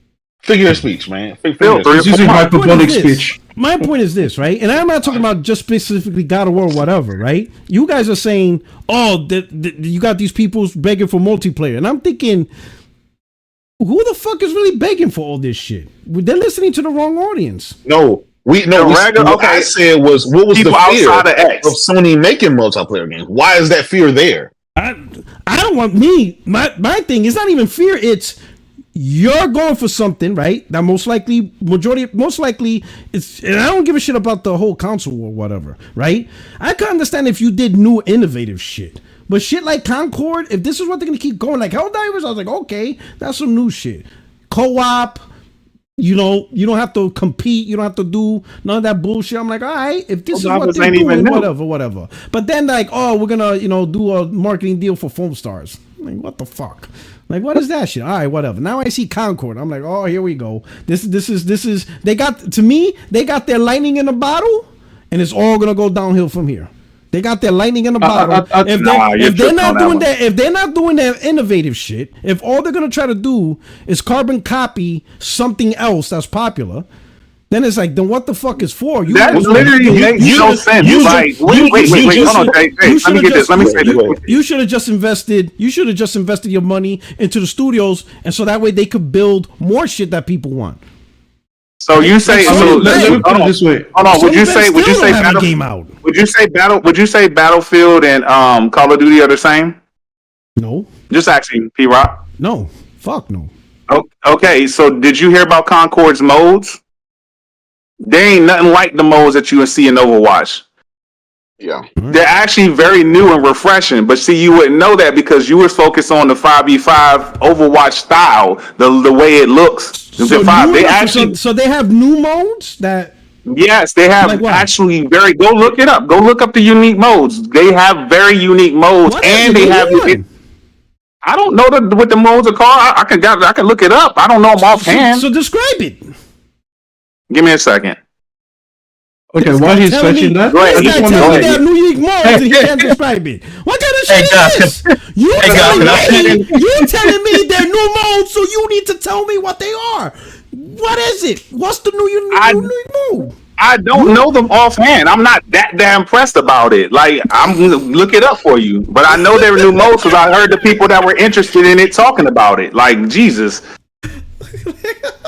So hold up, you're not sure if they're new, unique? You just heard about it? No. My son was talking about it the other day. He was explaining it to me, and I was like, "Oh, okay," but I wasn't really actually paying attention. Don't tell him that though. He's like, yeah, kid. Get out of here. No, hold on. Let me hit up the super chat and stuff like that. We got Cyber Demon. He gifted somebody a membership. I truly appreciate Cyber. Thank you so much. I hope whoever got gifted that membership is enjoying it. Don't forget to spam the smileys. Then we got DD Vito. He got the $10 super chat up in here. He says, I think PlayStation will eventually have a nice show with heavy hitters, but I get why folks are annoyed with Sony. Some Sony dudes got way too angry and insecure over the last Xbox show, in my opinion. You know what I'm saying? I'm gonna be honest. They're the biggest soul winners I've ever seen. I swear to you, PlayStation fans don't deserve the wins they get. They don't. Because one little thing, and you would think that the house is burning down. Like, you would think that they literally say, "Hey, you know what? We're just gonna give up on gaming." That's exactly what we're gonna do. I'm gonna be honest. I think one of us mentioned it here, or somebody did. But I honestly believe the reason why Sony's so fucking quiet is because of the PS5 Pro. Now I swear to God, I fucking believe. I said that. I believe that when we see all their shit, it's gonna be the day they pronounce the Pro, and they want to announce these games along with the Pro to make it seem like the Pro got shit going with it. I swear to God, I have this feeling now. Yeah, at first, I'm thinking I asked you that in January, but now this is like too. Okay, even that. Let's say they don't do a showcase this year, right? Mm-hmm. And most of us are saying, "Oh, Sony, they don't show 3-4 years out. They show like within a year." That means they could show a showcase this year for games coming out next year. That's only a year for January or February. Yeah, you know what I'm saying? For next. September. They could show that at the end of the year. Their showcases have been usually about 18 months, so even more further. Jeff Grubb, and he was right last time when he said he was adamant, and we had to give him his kudos because he said that Sony was going to have a state of play in May. It was like the last fucking day, and we were joking and laughing for fun. And Sony tweeted it out. We had to edit the tapes. Like Puerto Rico, we had to tapes. I said, delete it, Puerto Rico, delete it. I just want to say that wasn't a showcase. He was still wrong. He was still wrong. Really. He said showcase or state of play, and then he said if they have a state of play, then they will have a showcase in September. He said that. Like, go watch the channel. We'll see in September, right? But the good thing about it though is at least. Even though they didn't have a showcase, at least they have been dropping games every single month this year to give gamers something to play. At least that. What if it would have been dry? They didn't release shit until June, right? That would have really been fucked up. That is the thing that I don't understand. Yeah, like I think the truth mentioned this. You have people who want Sony to give them hype, and I'm sorry, but hype is for children. I'm here for gaming. I'm not here to be hyped up. You give me games month after month, just like J-Dub said, and I choose from those games what I'm going to play. That's what matters to me. This idea that we should get some kind of glitzy showcase that's going to show us what's going to come in the next 4 or 5 years, just to entertain our eyeballs, and then we wait. Again, has Lost Soul decided treating you? Like, what is this nonsense? I'm sorry. I like this version of Sony. I've always said this. You can wait for that game forever. Exactly. I just hold up. We can't have it both ways because we praised Sony last gen for doing it. No, but the thing is, I didn't praise Sony last gen for doing it. I didn't praise Sony last gen for doing it. But what I'm saying is, you didn't do it, but you cannot blame the fan base for wanting something that Sony did provide. And they used it to their advantage. But this version is better, though. This version is better. This is the better version. I don't think it's better. This is the better version because you are not getting a game. You are not getting a game that you know is going to deliver because it's close to release. When they show you the game, they give you the state of play. They give you a 20-minute game. No, it's better for you. It's better for you. It's better for me. It's definitely better for me. It's better for you, but I'm saying it's not generally better because we wouldn't be having these. Oh, it is definitely better. It is objectively better. Think about it, Puerto Rico. Lost Soul aside could have came out last generation. But you want to get put it this way: PS5 Pro, brother. X-Men was. Let me put it this way: Wolverine was announced in 2021, and we ain't bashing that. That was good. Yeah. So are you mad that X-Men is Wolverine's coming? You pissed off? Yeah, I'm not mad, but I don't think they should have released. I don't think they should have revealed it. And Rock, I wasn't. But what I'm saying is, no harm, no foul. That we know Wolverine's coming. No. That was a foul because when hold on. Technically, look, X-Men is coming now. Look, Rock, they didn't announce it. They didn't announce it. I know it's legal, but the point is, no harm, no foul. We now know Insomniac I think it does harm. cooking. If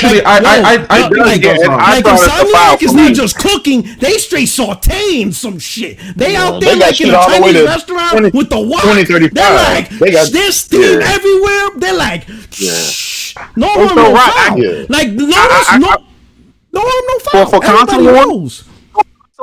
That's dope. But for me, I had when Optimus Code was alive, he had a on X. He did one of them the spaces, and me and him kind of went back and forth about it. He was trying to say I was getting in my feelings because I was like, I don't like them announcing these games when I know like these games are years out, and then they're also going to get pushed back, especially in today's time. And he was like, I didn't know if they was going to get pushed back, and I happened to be right. Wolverine ended up getting pushed back, and it was announced years out. And while I'm with you, I'm a balanced person with this. I want to be hyped, but I don't want to be hyped like Xbox hype. And I'm not trying to be funny or mean to the Xbox community. I think they had a great show or whatever, but the show they had from at least from the Xbox first party were games from literally 2020. And they still don't have exact dates. Even for the games coming out this year, they don't have dates. And most of those games are still not coming out till next year. And some of those games don't even have dates, which is probably going to be 2026, 2027. I'm like, I'm not. I like to be hyped and I like to talk trash. I don't want to be waiting 30 years knowing that I want to play this game and I can't play it for 5 years. Let me say this: you're being disingenuous saying that the show was games for 2020. I'm gonna show you the shit I interested because I put it on Twitter. Doom Dark. I said Xbox first party specifically though. Doom Dark Ages, South of Midnight, Metal Gear Snake Eater, Flintlock, Perfect Dark, Indiana Jones, Wu-Tang, Avowed, Gears of War. I think Perfect Dark is the only one on that list from 2020. Avowed was 2021. Okay. That's it. That's still 4 or 5 years. That's it there. You know what I'm saying? Those are the only two.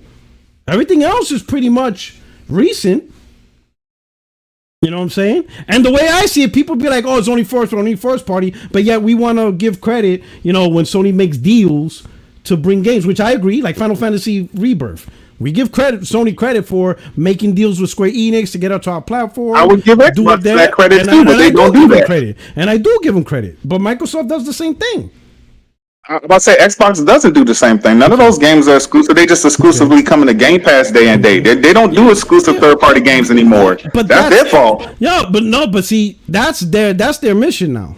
You know what I'm saying? That's why I said I look at Xbox this show no different than like a third-party showcase or whatever. What games are you making that I'm like bow. Right off the top of the head, 1, 2, 3, 4, 5, 6, 7, 8, 9. 9 titles. And that's like what really, really, really caught my attention. There's other games on that too. The last 2 years, Sony hasn't shown me 9 titles. Across everything they did. Right now, Final Fantasy Rebirth, Stellar Blade, I'm down. Phantom Blade, Wolverine.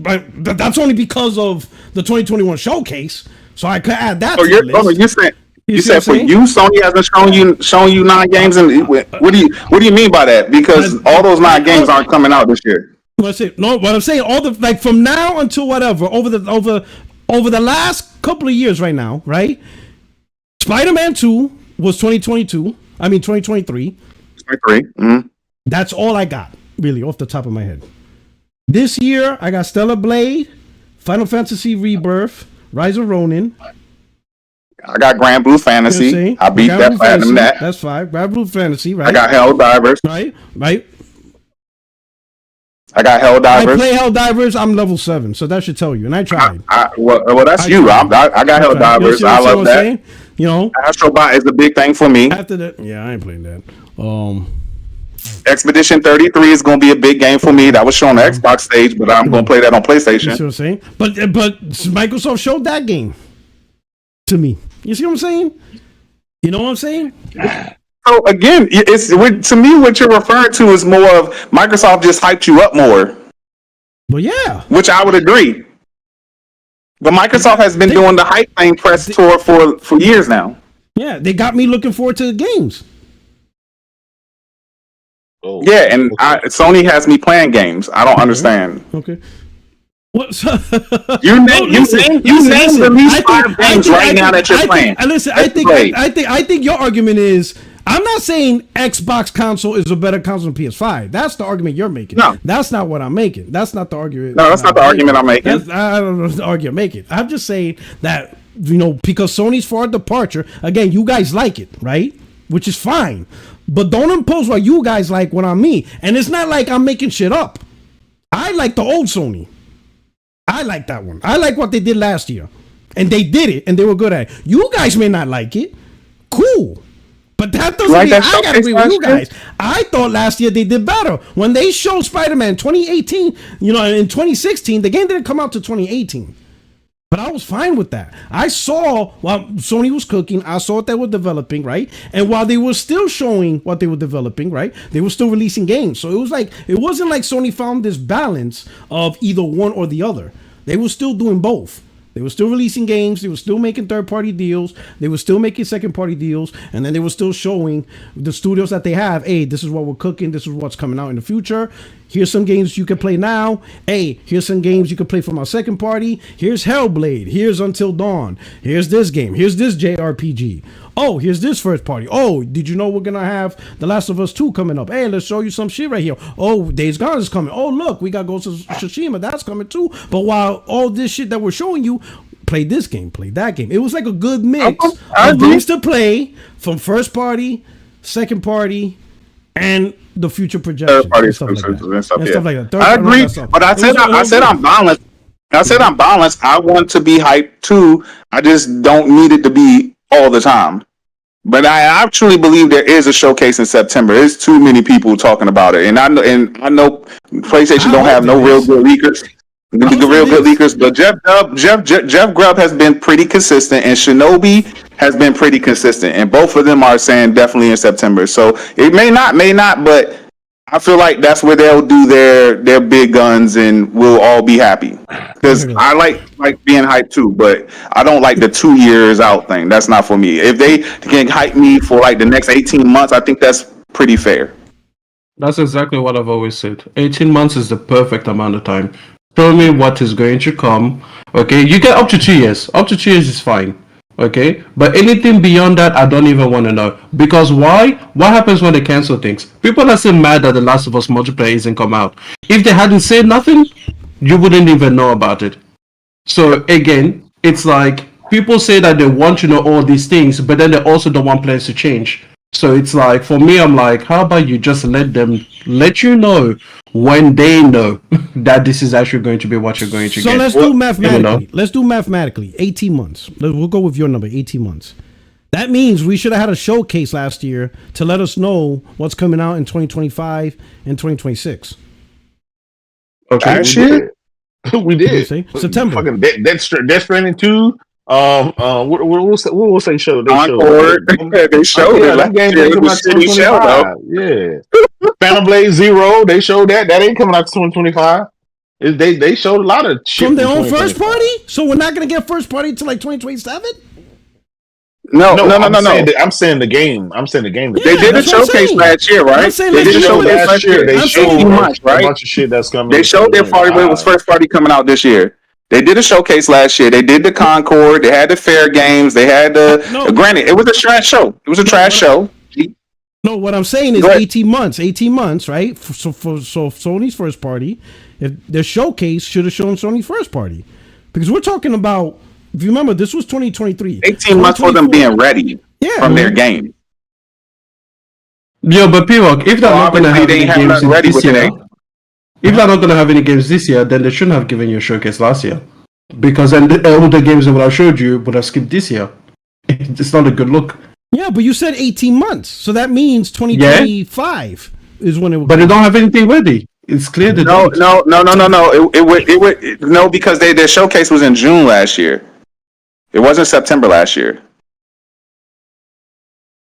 Remember, they had that Concord showcase so dog shit. I can't even remember when they have it. Yeah, it's trash. Yeah, it was trash for real. That's why like if you do the math, it would have taken to the end of this year, and they clearly don't have enough games coming. So then they shouldn't have given you a showcase, which is exactly what they didn't do. Which is, again, but they didn't give you a good showcase. Why I'm happy, because again, if they were going to give you a showcase last year in June, that would have been things that are going to be 2 or 3 years from now. Which I get, people want their list in their head, but for me that does nothing. Like I'm sorry, I just cannot abide by the bragging rights for a lot of it. Yeah, exactly. I'm just like, what does it do for you if you're not playing these games? Every time Microsoft do a show. Every time Microsoft do a show, it's like, oh my God, Sony, you need to show this because it's back and forth. It's a back and forth thing, and I get it. That's why I'm not for P-Rock. P-Rock saying he want to be hype bubble. And that's fine. But I'm not talking about like Sony has P-Rock. And yo, J-Dub, hold on. You used that as ammo last year. You used to love knowing. What changed? I used to love what? You used to love all them shows and all that, and knowing what games are coming. Yeah, I didn't say I didn't. I didn't say I didn't. I'm on this show. I never said that I didn't. So why now? All of a sudden, no, you're talking to the other guys on the panel. You didn't. But I'm talking to you now. You like that shit. You liked it. Don't lie. You were there with me. You in that panel with me. You love that shit. So why now? Why are you brand new now? Why are you brand new now? Why are you brand new? How come you not here with me fighting? I was on Xbox. I was playing Sea You solo. I was playing Sea of Thieves, and I got footage. I know I'm not by myself. You were not fighting. Listen, bro. You out here. You did the code red right along with me, bro. I'm testifying against you. I'm gonna be like, yo. I'll be like, yo. Not only he's the one that planned it out. I'm testifying. Why you bringing up old shit, Puerto Rock? Why you bringing up old shit? Yo, I'm cutting the deal. I ain't going to jail.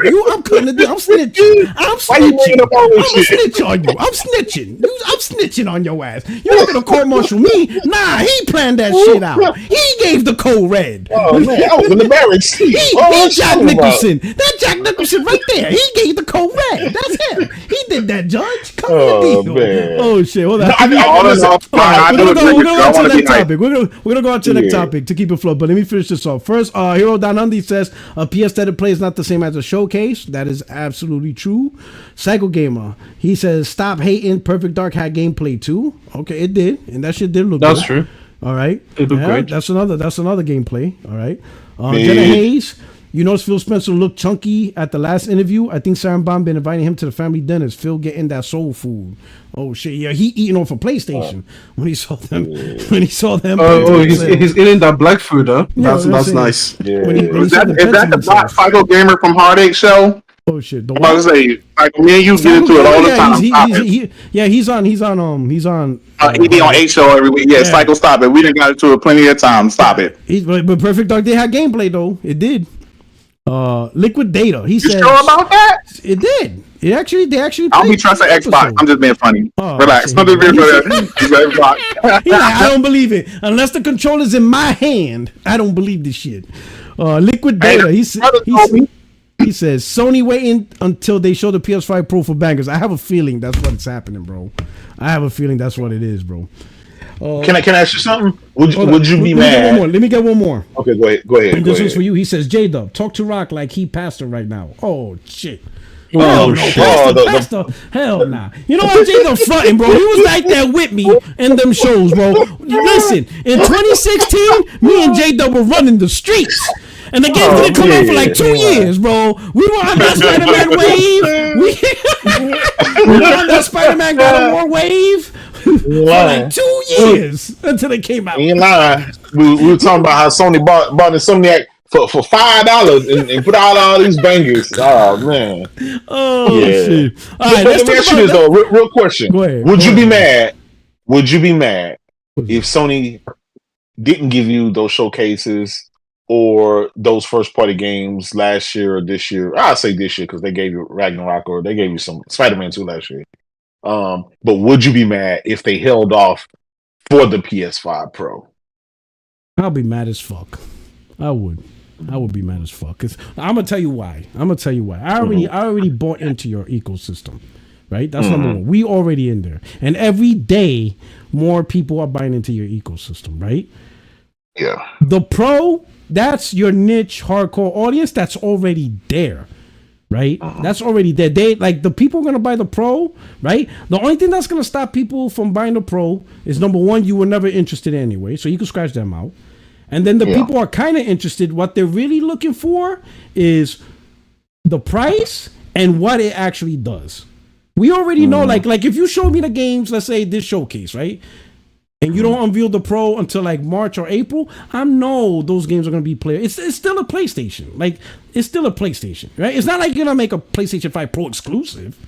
Yeah, but you might hope everybody might hope. You know, we're already in your ecosystem. Like, the games are for the people in your ecosystem. We're already there. We're already in there. Show us your games. The Pro's a separate thing. Like, when you show the Pro to me, what you should really focus on is look how much better the Pro looks compared to the PlayStation 5, and this is what you're gonna get. You get better effects. You actually get ultra settings, 60 frames with the pisser.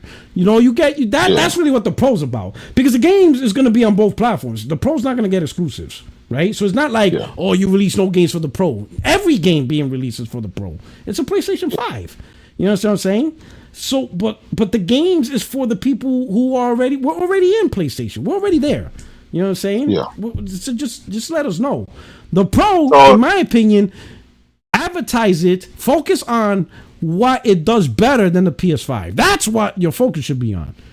The focus should be, and clearly show it. Hey, this is what makes this so much better than your PlayStation 5. This is what it can do. Ultra settings. You know, pisser shit. You know, you get to 60 frames easily and stuff like that. You know, shit like that. That's that. And I would not mind if it's $700. If it actually is a true upgrade that makes you be like, oh shit, that motherfucker is a beast. That's really what they need to focus on. I don't think they need to, but I have a feeling that's what they're doing, because the optics looks better. If you have a showcase with the Pro and all your games you show is on the Pro, it just looks better for the Pro. Yeah. No, I agree. I have a feeling that's what they're doing. I'm pretty sure that's what they're doing. Yeah. I could be wrong, but it just, I wouldn't be surprised. Now, all of a sudden, all these fucking games, you know, are like, well, where the fuck all these games come from on the day the Pro releases or around that time frame? Like, what a coinky dink. I agree. Yo, Podorock, I have another conspiracy theory. What's up? They did some spy work, right? And they realized what Microsoft was going to show. So instead of going up against Microsoft, knowing that this is like 10 years worth of, you know, culmination of what Microsoft was doing, they just decided, you know what, we'll let you take the W. We can't go up against that, so we're not even going to try. And then they changed from their showcase to a state of play, and then they're going to just go to a showcase down the line, so that there's some distance between them. Because, you know, when a person is having the moment and you know you can't go up against that, sometimes it's better not to participate. You know, like if a person busts out a dance move that they've been practicing for, like, they've been doing this routine for the last 5 years, and you're a pretty good dancer, but you know you didn't practice that hard, you know, you're just like, hey, you know what, it's okay, I'm going to go home to you, you can have the win. He said, you know what, we good. I'll come back to the club next year. Right. Come back next time. I'm with that. Fine with that, though. I would say is I don't think Xbox done showing their games. They got too many studios. I think we know they have. Supposedly they got more. No, I mean, they have the studios, but there's a difference between having that banger of a showcase. Because let's face it, that showcase is the best showcase that we've had, I think, all gen. Definitely. I think they could do it again. The only one that comes close is the original Future Gaming Showcase. You know, and I prefer that one because I'm a PlayStation guy, and they did the reveal, and I love the PlayStation 5 reveal, the way they revealed it. That was like super hype for me, for people that care about hype. But in terms of like games and the quality of games and the presentation quality, no more talking. Oh my god, can you believe they only got Phil Spencer up there once? You know this guy. Hatch had that interview at GN afterwards because it was like, I didn't talk enough. Exactly. Like, you ain't just like back. I need to talk. I need to speak. Like, yo, he's just like, bro, quiet. He could have just been like, he didn't even need to have that interview. Like Mario Kart, like, hey, can we do an interview? Nope. Just enjoy the show. I'm out because I'm about to say something stupid. So leave it alone. Anything. Listen, you know that he was just bugging. He's like, can I go on midway though? Can I go on at the end? And then I know we're just going to Sarah Bond, and then you don't say anything else. He's like, what? I need the show of IGN. Call Ryan now. This is what I don't want to have happen. I don't want them to delay the PS5 Pro on the account of Grand Theft Auto 6. So that because they're going to be able to market that game with that PS5 Pro. Dave Faulkner. That guy, he's the analyst. He said he looked through when Sony showed their financials. I guess there's a segment where it talks about hardware, whatever. He says, looking at the numbers, he says it doesn't look like PS5 Pro's coming this year because like the numbers don't reflect a new console coming out this year. Yeah, and I would not be surprised. I would not be surprised that Sony does a PS5 Pro GTA bundle. Would not surprise me at all. Would not at all. Would not surprise me that they'll have a Pro bundle with a GTA. When do you think GTA 6 will launch? Do you think it'll launch first quarter of next year, or no? I think September next year. Damn, that's a year old. You heard, aren't you?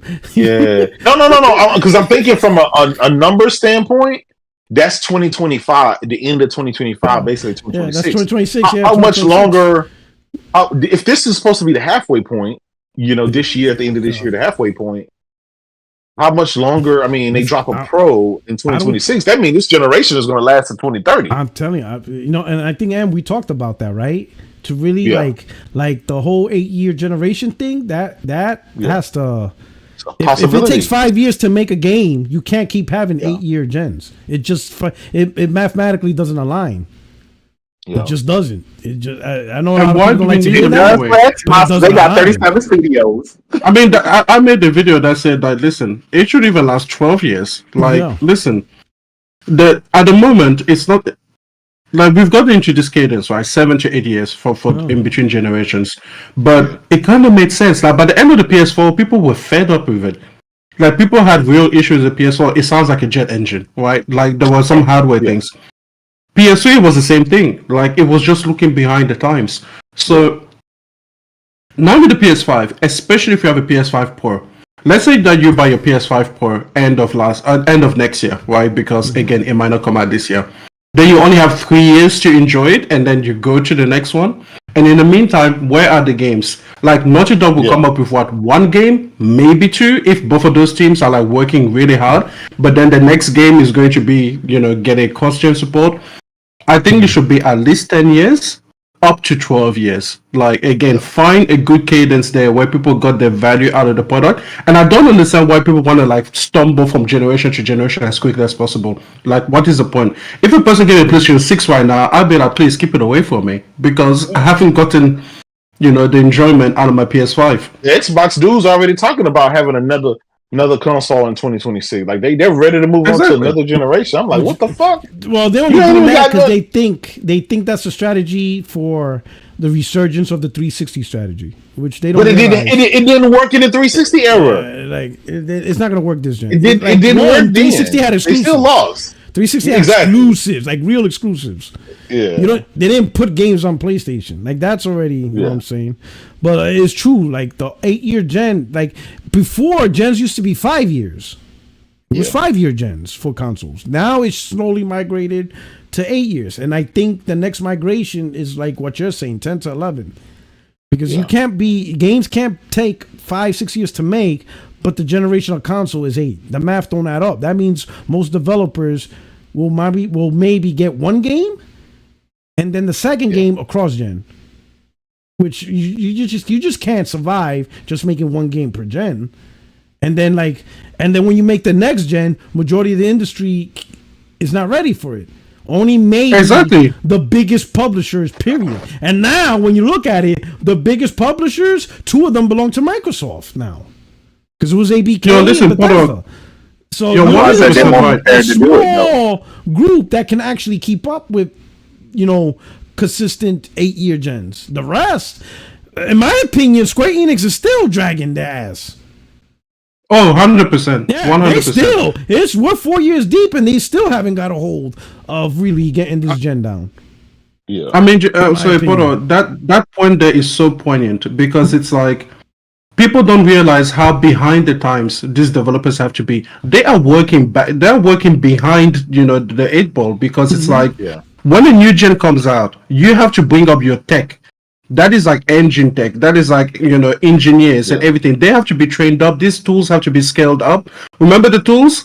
It's like, they have to be put in place to match that generation. Then by the time you match it, you only have time to release one game, and then you have to do the whole thing all over again. You have to come up with that Decima Engine 4.0 2 years after you just finished 3.0. You don't even get the return on investment to build that engine. Yeah. And imagine if the game that you make on that engine is a flop. Like, take a look at the Sleep Space engine, right? Yeah. Halo Infinite was a flop. So all of that engine work was for nothing. So it's either, or we're just going to leave everything to Unreal Engine and some of the other ones. It's just going to be third-party engines everywhere. Whereas the games that we love on PlayStation, most of them are on the custom in-house engines. Who is going to be pulling up this tech to keep up with 8th gen generation? Like, again, it doesn't math up. So I think the generation it will when AI kick in. Pardon? It will when AI kick in. First of all, I have so many issues with AI and how people think about it. I don't even want to get to that topic. Yeah, let's not. But like I said, people gotta get ready for 10-year gens. It's coming because it's the only. I think this one should be 10 years. Yeah. I think take a look at Death Stranding 2, right? We all saw that reveal and we were like, oh my god, what the fuck is that? That looks so great. We only get one of those games like that. That's it. Like, let's say that is like Decima Engine, I don't know, 2.5. Yeah. We only get one game. And again, if Death Stranding 2 is a flop, all of that engine work, all of that behind the scenes work, all of that was for nothing. Now you have to make Decima Engine 3. And it's like, no. And then by the time that you make Decima Engine 3 for PS6, Decima 2.8, which is cross-gen, exactly, the 5 and the 6. It's not, you know what I'm saying? Exactly. So it sucks for the developers, it sucks for the companies because they have to put up a lot of this money that people don't ever see, right? Because no one sees your engine work. Like, no one is going to see, oh, you made these tools a little bit better for this dev so he can do this thing 2.5 seconds quicker, but he has to do it thousands of those a day, so it's actually a lot of like money and it's good. Nah. We don't get to see that.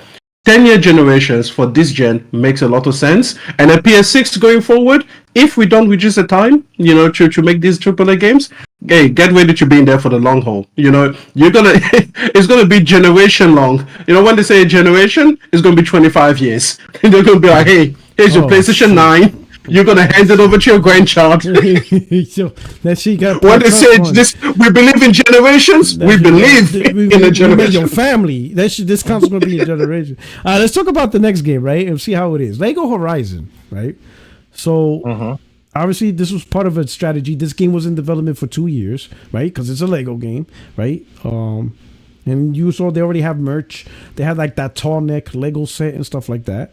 But the shocking surprise for a lot of people that it's day one on Switch. Now PC, all right, whatever. There's a little bit of flux, but the Switch, right? So now there's two competing arguments, right? Argument number one is Sony purposely planned to put this on Switch. They're testing the waters, right, with these experimental games.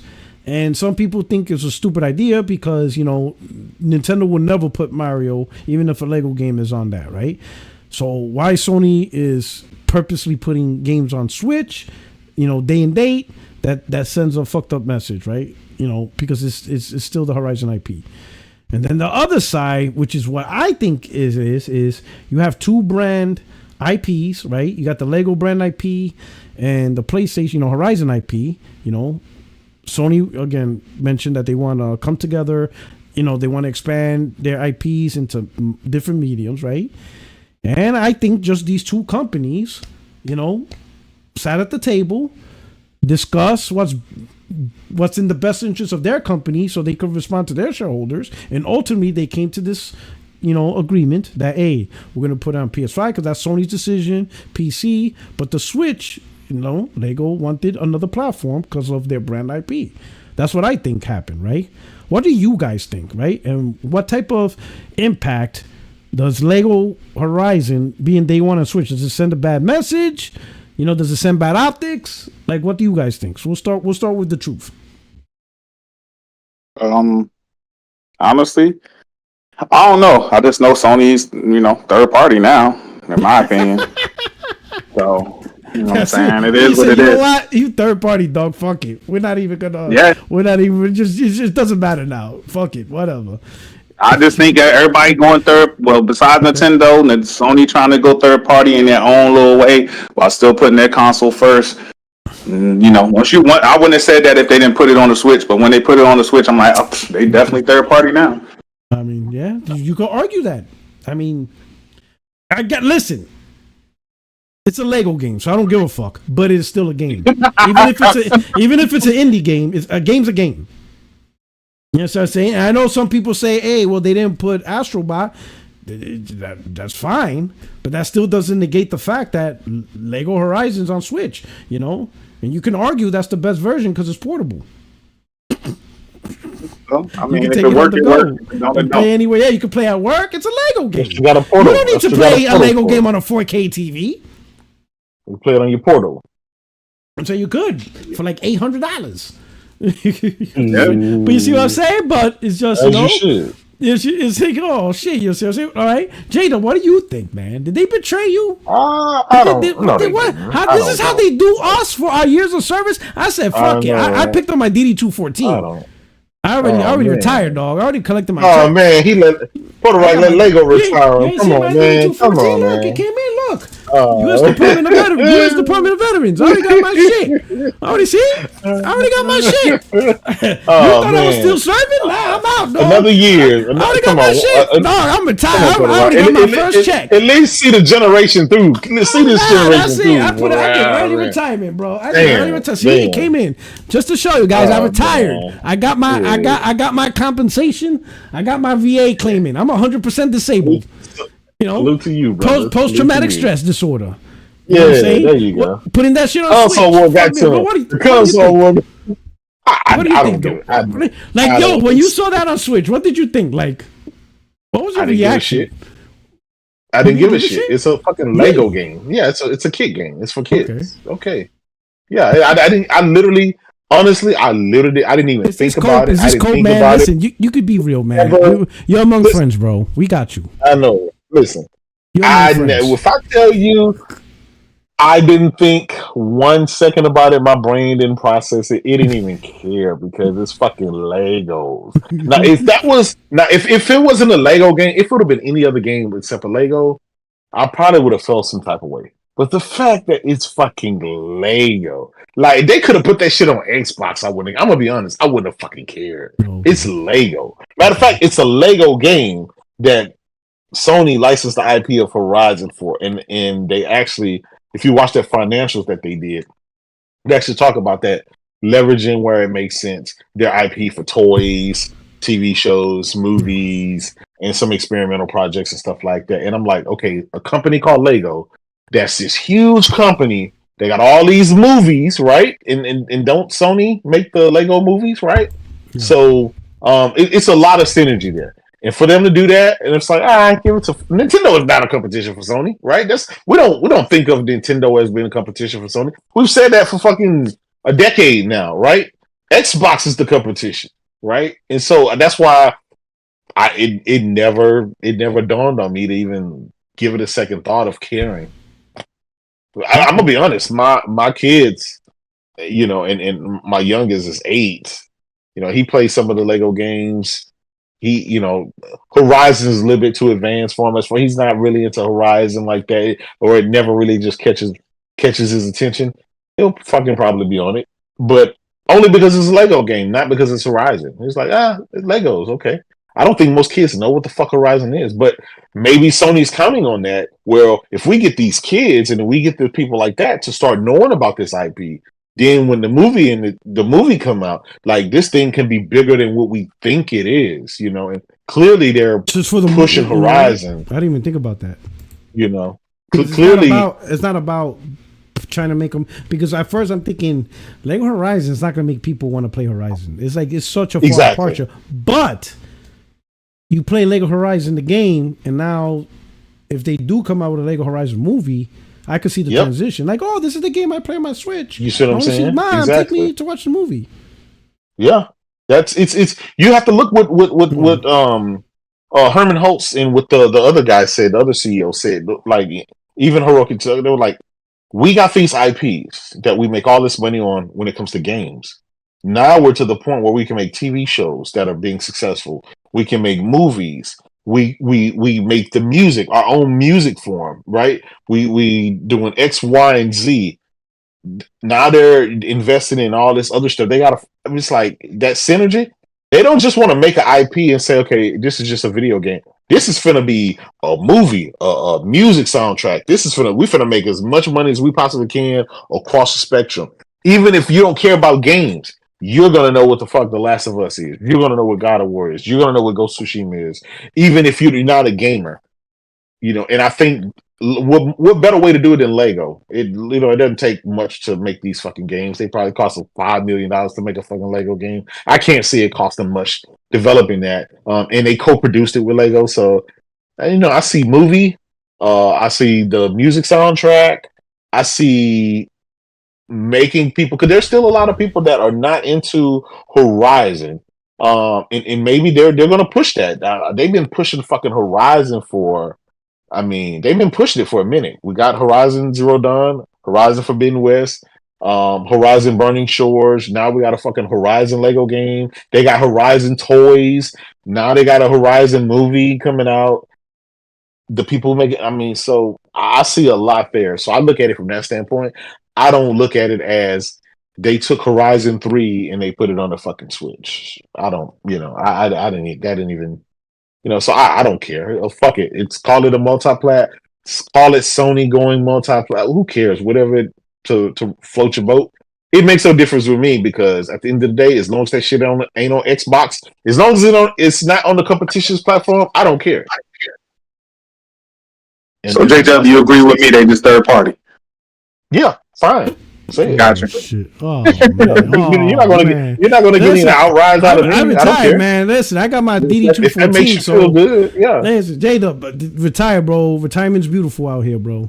It's beautiful, man. Collect them checks, man. Get your VA clean. I'm not retiring. Until they say this is the last Xbox console that we rolling off the line. War's over, Rambo. That's it, man. Collect your DD214. Get them health benefits now, bro, before you get cheaped out. All right. Hey, so how about you, Extreme? What do you think about all this? I think you're muted. I can't hear you. Sorry, mate. I want to say, Lego games don't have the right to look this good. My goodness, this game looks amazing. It do look good. It do look good. I was like, wait, this is what Lego games look like? So I went back and I checked. They don't look like this. Okay, so that decimal engine is putting in the work. Yeah. I don't even know what engine they're using. But the point is, first of all, this game looks phenomenal. Okay, I did not expect myself to be liking a Lego game, because I have real life friends that have been into Lego games for the longest, trying to get me into them, and I'd be like, I'm not playing that trash. Now I'm looking at this and I'm like, hey, listen, I like Aloy in every single scene that I see her in, and this game might be getting played next year. We'll see.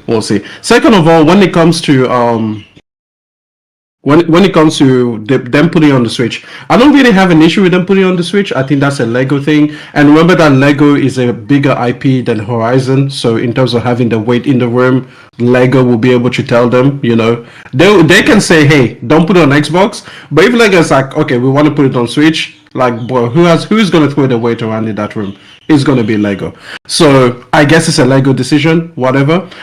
For people that are saying that they are third party, I guess they've been third party since Journey, because they published Journey, right? And then that went on iOS. So I guess they've been third party since forever then. And then finally, when it comes to you're distracting me with your cap. Because you're relevant, and he know you is. He capping. I'm like, okay. Finally, Jesus Christ, what was I going to say? When it comes to my only issue is this, yeah? To the Will Smith. They didn't put it on PlayStation 4.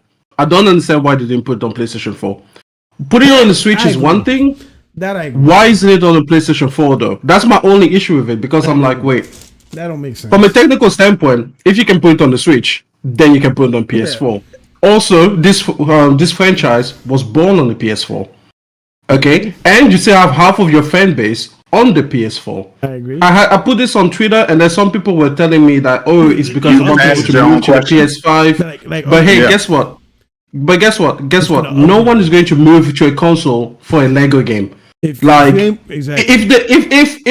happy with like Fortnite. If you ain't moved by now, and Call of Duty Black Ops 6 is coming out this year on the PS4. Yeah, exactly. It's like you're not moving because of Lego. So why aren't you serving your customer base that you know is going to stay there for the next 2 or 3 years? Money. You know, not even make the money. I'm just like, hey, listen, this is still like there's something like respect your fan base. These are the people that made Horizon into a 35+ million seller. They were part of that. They were part of Forbidden West. So it's like you need to give them everything that you can for that franchise, just out of respect for your fan base.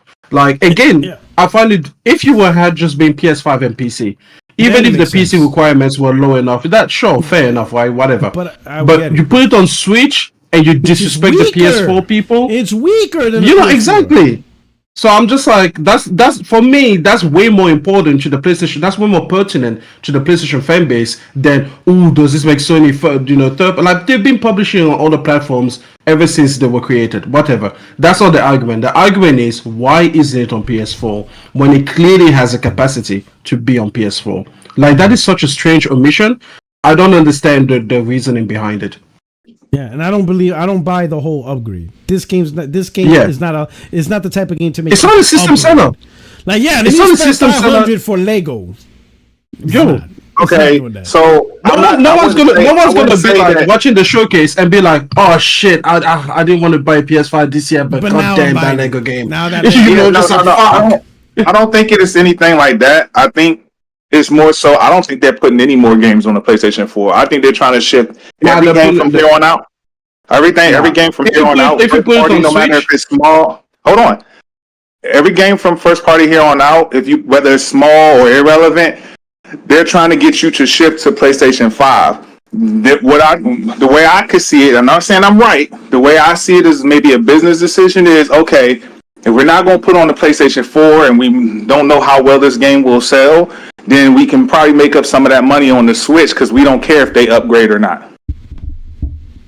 That makes no sense to me because you're supposed to drive everybody to funnel upwards, right? Or at least, again, this game is not a difference maker. Like it's never going to be the thing that the person is like, okay, that put me over the edge. Like no one is like, okay, I've got Stellar Blade. All right, I've got the God of Wars and the Horizons, and they've got the PS5 versions that I could play. But you know what? My line was crossed over at Lego Horizon. Like again, you put it on the Switch. You're more likely to drive a PS4 person to buy a Switch, like Portorock said, because you can play portably, natively on the console, than you are to drive a PS4 person to buy a PS5. So just put it on the PS4. Be super stupid. I'm not saying that this game is a console seller, and maybe it sounds nuts. What I'm saying is I think Sony is just at a place where they're just like, we're not putting anything else on the PlayStation 4 no matter what it is. Do you know what this reminds me of? This reminds me of Gears Tactics releasing on PC first before releasing on Xbox. That's the amount of disrespect that I think that this company is having. You know what? It's about respect. You know? It's about respect. You can't be putting it on your competitors' platform, and I don't care what people say, they are competitors, okay? Because if you guys think that Sony wouldn't kill Nintendo in a heartbeat if they had the ability, you're like crazy. Like if Sony could be like, hey, listen, all of that fuck shit you guys are doing with the Switch, yeah, that's cute, but you guys are playing with us now, they will do it in a heartbeat without even thinking about it. So the point is, you're putting it on a competitor's platform, but then you're not putting it on your own platform that has more capacity and play it at a better resolution, better frame rate, better whatever it is. Like shit, they could put the Switch version on the PS4 and that thing will run at 240 frames per second. Like, honestly, I don't get it. Yeah, and like if Sony felt all right, putting on a Switch is such a non-factor, then why don't they see it the same way with the PS4? It's not like they're like the studio that's doing the development. They're the one that's doing the workhorse. So just make it on PS4, and it's just extra money for both companies, for Lego and themselves, right? So if it's a non-factor on the Switch, then I don't see how there's any issues with the PS4 version in any way. You know, if anything, the most negative part about this conversation was the Switch more than the PS4. But I agree with M. I think it's the reverse. The fact that there isn't a PS4 version, that's like, yo, that's crazy, because you still got an audience, which they reported that half the fan base is there, and they play about 1.5 billion hours. So they're still playing the system. They're still buying stuff. You're still getting money from them. You make a game for the Switch, so you're gonna make money off the Switch. You might as well just give it to the rest of your fan base, so that way it's like a whole fan base enjoying it. And again, it's Lego. Like, this is where you draw the line for no more cross gen with this type, especially Black Ops 6 is still cross gen. So you definitely not gonna get people to cross over, because they still got Fortnite, they still got Apex, and now they got a brand new Call of Duty. They get to stick around even longer until Grand Theft Auto 6. I think Grand Theft Auto 6 is gonna be the title to make people leave PS4. That's gonna be the title. If you want to talk about a game that will cross people over, it's gonna be that one. Because no one's, and I know so much, because there's still people thinking that Grand Theft Auto 6 is gonna be on PS4. You know, because I was talking shit about what's this game going to do on the Xbox Series S. They're like, nah, Series S can handle it because it's going to be on PS4. I'm like, oh, you them dudes that didn't cross over yet. So you hoping, bro. You on some hopium. You were still on that PS4. So in your mind, Grand Theft Auto 6 is going to be on that PS4. Nah, sir, you might as well save your ducats. You might start saving your allowance right now. Save your allowance right now. Because you ain't playing that shit. Imagine if they ported Astro's Playroom to the Switch, but not to the PS4. It's the same amount of disrespect. Like, I don't understand why people are having dumb conversations about, oh, does this make them a third party? It's like, no, bro. How are they not putting it on the PlayStation 4? Like, how can you care so much about what they're doing to, like, the other side? Like, things that don't matter, are they third party or not? Whatever, right? But then things that they're actually disrespecting you in, you don't even talk about. Like, again, this game, how did you make a version for your competitor but didn't make a version for yourself? Again, it was born on this platform. It was successful thanks to gamers on this platform. Just out of respect, you need to actually put it on your own platform. Like, it's an issue. It's an issue. Like, if you create, we all know that Astro's Playroom can run on the Switch. We all know that they can. Right? They can make a version of it, downgrade, blah, blah, blah, blah, blah. But then if they did that, but they don't make a PS4 version, that's crazy. That's crazy. Like, you care more about the Switch people than you do about your own people. Bro. PlayStation gamers, man, I swear, some of you don't understand. I don't understand. Oh, shit. Oh, my man, Jimmy Harrison, he says, damn good show, brothers. Much love. Man, appreciate Jimmy. Jimmy, thank you so much for always coming through and stuff like that. And we got Lionel. Lionel said, let's keep it real. Sony outsold Xbox One 2-1 on Greatness Awaits. Greatness didn't arrive until E3 2016. Showing games ahead of time, even if it was 5 years out, can boost console sales dramatically. That's a good point too, you know? Fact. That's another good point, right? For other people, maybe they're not impressed with what's going on so far, but Naughty Dog shows their title, Sony Bend shows their title, you know, other people show their title. People could be like, oh, if that's what's coming, yep, I'm going to get me a PlayStation 5 and stuff like that, right? That's a good factor too. All right, let's go to the next topic. Phil Spencer's interview. Let me play it real quick. We're gonna play the good part. All right, for everybody to enjoy. Which is that Doom: The Dark Ages. Why does it do that? Stop playing with me.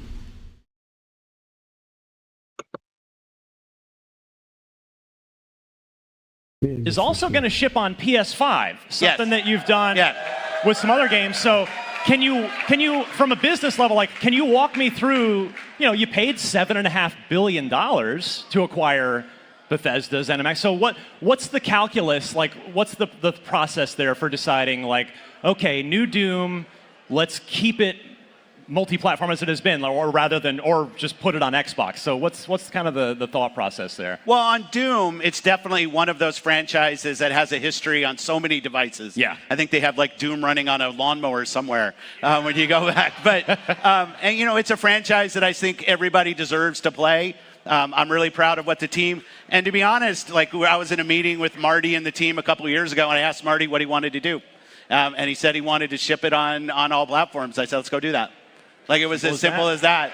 Now, I want to bring it back though, because I get a lot of questions about, hey, if I'm an Xbox owner, what does it mean? And what I want to say, and I thought it showed up so well in the show today, you saw an amazing collection of games that are coming to Xbox. They're going into Game Pass day one.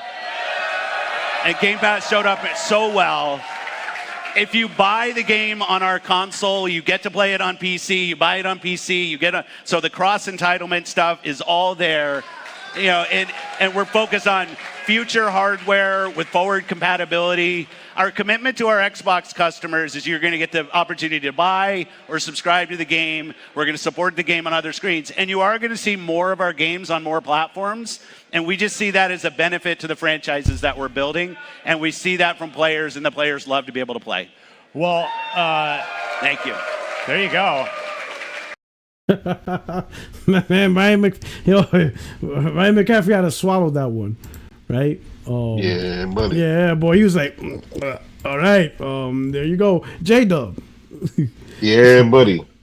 Would you believe people still don't get it? Like, let them know, man. Man, out of all Puerto Rock, he didn't say all the games. Oh man, the shit I've been hearing, this shit is crazy out here. Like they still in denial, man. They still. You got my brother Post up out there still fighting. Like they can come back. Like, bruh, Satya came out and told you they're putting their games on PlayStation, Nintendo. Bill, what's his goddamn name? Bill Smith came out. Brad Smith, he came out and told you that. Matt Booty told you. Phil told you multiple times, right? Tim Stewart, yeah. Multiple times. Phil is told, and he said it yet again. And he didn't sugarcoat it. He didn't code his words. It's there in black and white. It's there in 8K. We just saw it. We got video footage of it. And some of these dudes still act like it doesn't. Like it's whatever. It's I don't know, man. They have mental issues, man. It's like they have a scotoma. The information is just not getting through. They block it out in their mind. They act like it doesn't exist, and it's unfortunate because they finally get some goddamn games that look like they're worthwhile. They finally get a dub from a showcase that's showing a shitload of games that a lot of people are going to buy, but they got to share with PlayStation Nation. That has to be the epic. Like my man Crap Gamer said. He said, "You fuckers finally get some games, and then you're gonna come out and say you're gonna put them everywhere." Like if you guys would have just gave us a year, putting those games exclusively on Xbox, and then see what the hardware do, and then see what Game Pass do. And it's like they gave up, but I said they gave up a long time ago. The strategy that they have now with putting games everywhere, that's just to make Xbox survivable, so they don't have to close it down. Xbox dudes been living in a bubble. They've been listening to Colt Eastwood, the rest of those dudes tell them that Xbox is winning, right? And they're stuck in that mindset. So this is a shock to them. Oh my God, I can't believe Xbox is not making money. I can't believe Game Pass is not sustainable. We were told all these years that everything was great, and Sony was the one broke, and so I blame other Xbox content creators and fanboys for taking advantage of the mentally feeble to not understand common sense, right? They see these MPDs every month that us ponies be bragging about every single month. Sony won the last 25 months MPD, and like, how did you not know that Xbox was third place for all of those? How did you not think that was going to have a negative impact of what was going on? Like, how can you be in that bubble? Like, what the fuck? But some of these dudes, they live in a bubble, and for whatever reason, they can't comprehend just reality. You had the guy Boomstick. You saw that video with Boomstick, right? I mean, shit like that happens every day, Puerto Rock. The man that Sony's having trouble selling consoles. I was like, you see what I'm saying? Why is Sony just came out, showed you their financial, showed you everything, and said in only 3.5 years, PlayStation 5 has surpassed every PlayStation ever made. Like that. But these guys live in an alternate reality because the only reality they know is the Colt Eastwoods and the rest of the folks. Y'all know the folks. So this doesn't shock me. When you saw Ryan McCaffrey's face and he's looking like all puzzled, like, why would you say that? It's like, why wouldn't he say that?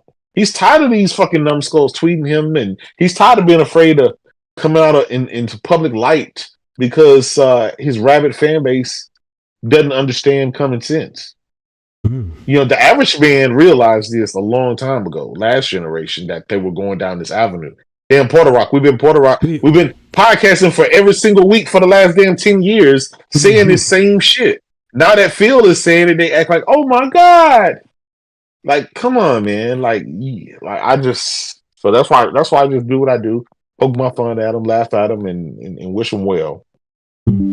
Guys, before we even continue, I think there's half of this story that we also need to put out there, because if you guys were listening to that interview, those cheers sounded fake as fuck. And the first time I saw that, I was like, what the fuck is going on there? Because no one is cheering with any kind of enthusiasm. And it wasn't until this morning, morning for me, when it was fake. It was fake and it was forced. And if people in the audience, like in our chat, what they did is that they entice people with like t-shirts and gifts and prizes to be like the loudest cheerer. So it's like, no one is happy with this move. And listen, Ryan McCaffrey, that side of IGN, they're just fanboys. They're literally just fanboys with a badge. Because how can you be enticing people to fake cheer news that you know is going to be bad? Like, again, gamers believe in segregation when it comes to platforms, okay? Listen, we like our exclusives. Exclusives drive the industry. Later on in that interview, I think he goes on to say that, we're not going to do slimy platform things.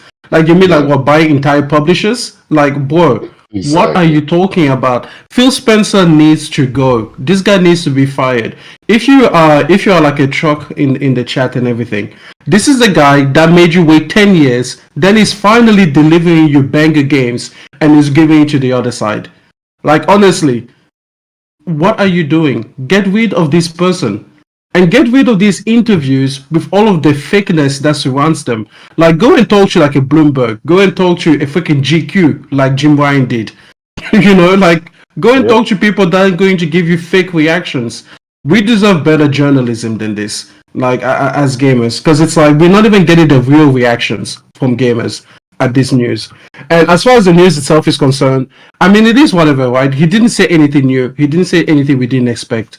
We already knew this. This was for Xbox, like you said, Podok, in your video. This is for Xbox fans. No PlayStation fan that is keeping up with this news is surprised by what he said. So it's disappointing, but it's whatever. Yeah, so I agree with one thing. So, like, this is an Xbox showcase, right?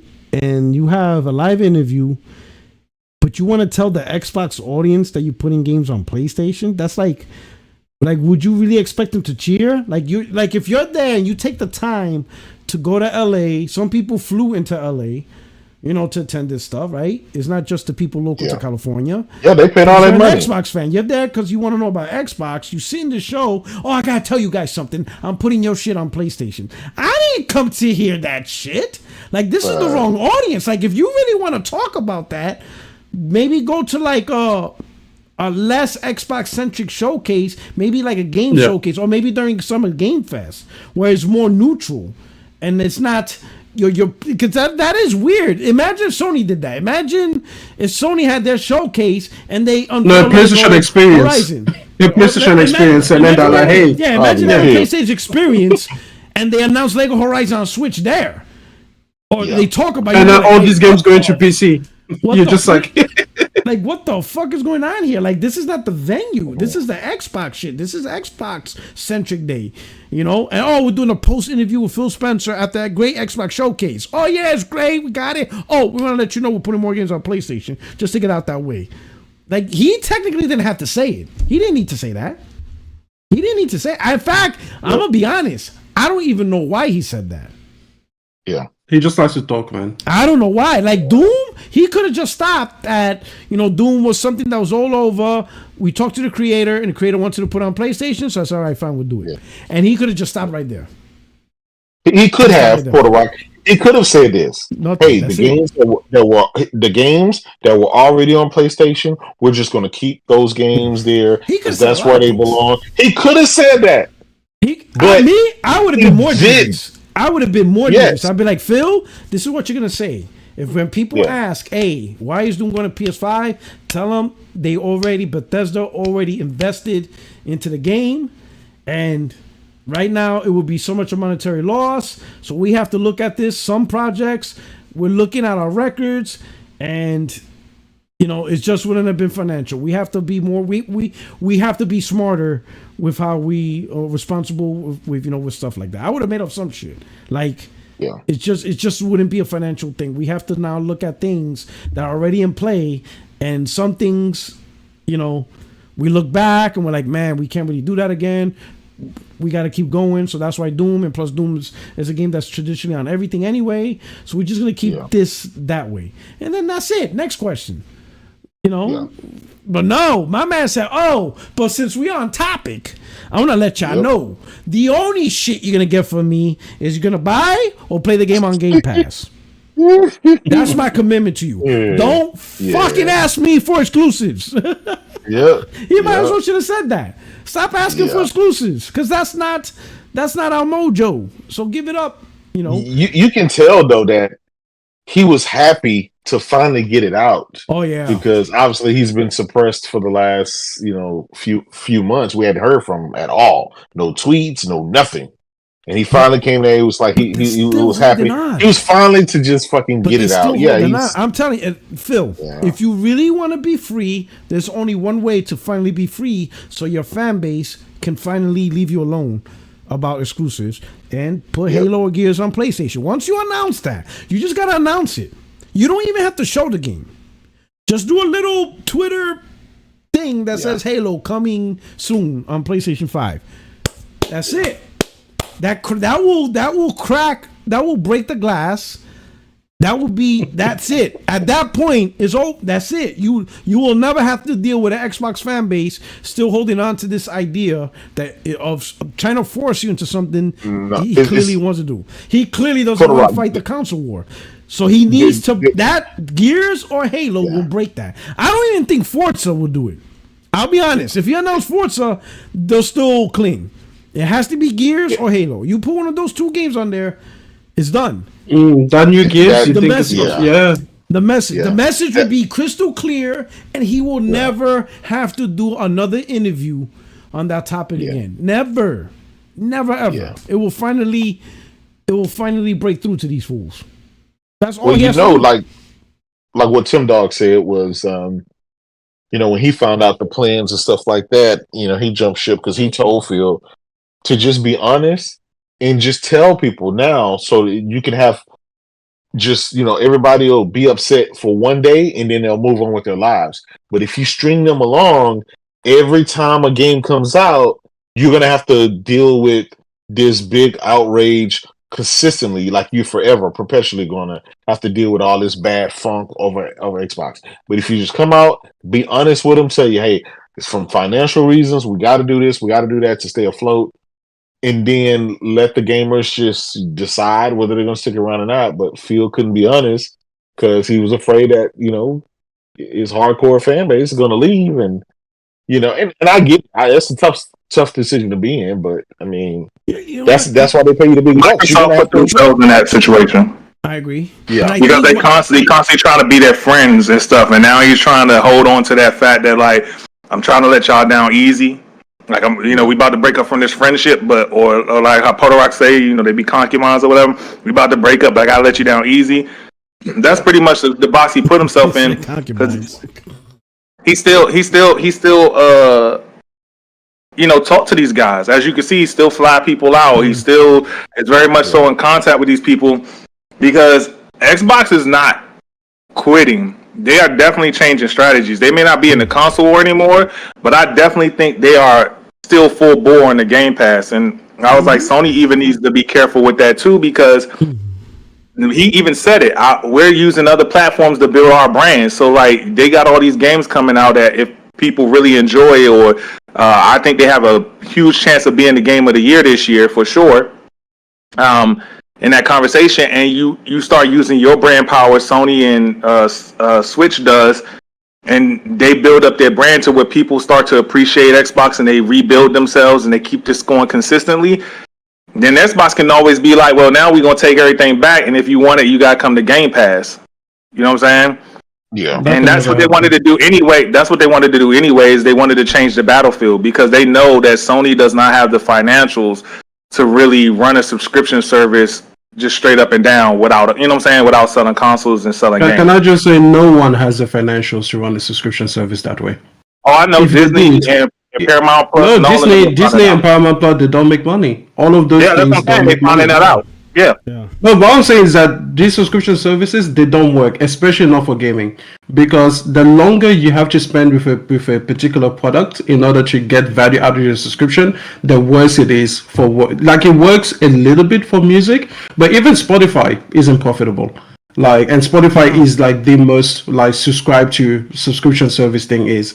Like when you take a look into how subscription services work, you find out very quickly they just don't work. The only reason they've been around for this long is because investors and venture fund capitalists are putting billions of dollars into these services to keep them afloat until they finally get a model that does work. Netflix. But they don't. Yeah, exactly. Same thing with Netflix. I think Netflix is the only. But I think Netflix is the only one that's in profitability. But you see what they're doing. It's in profit if you look at it per year. If you look at it per year, they have profitable years. But if you look at it versus their debt, they haven't caught up to their debt yet. Yeah. So because they've been borrowing money since 2021. Yeah. That's the first year they stopped borrowing money.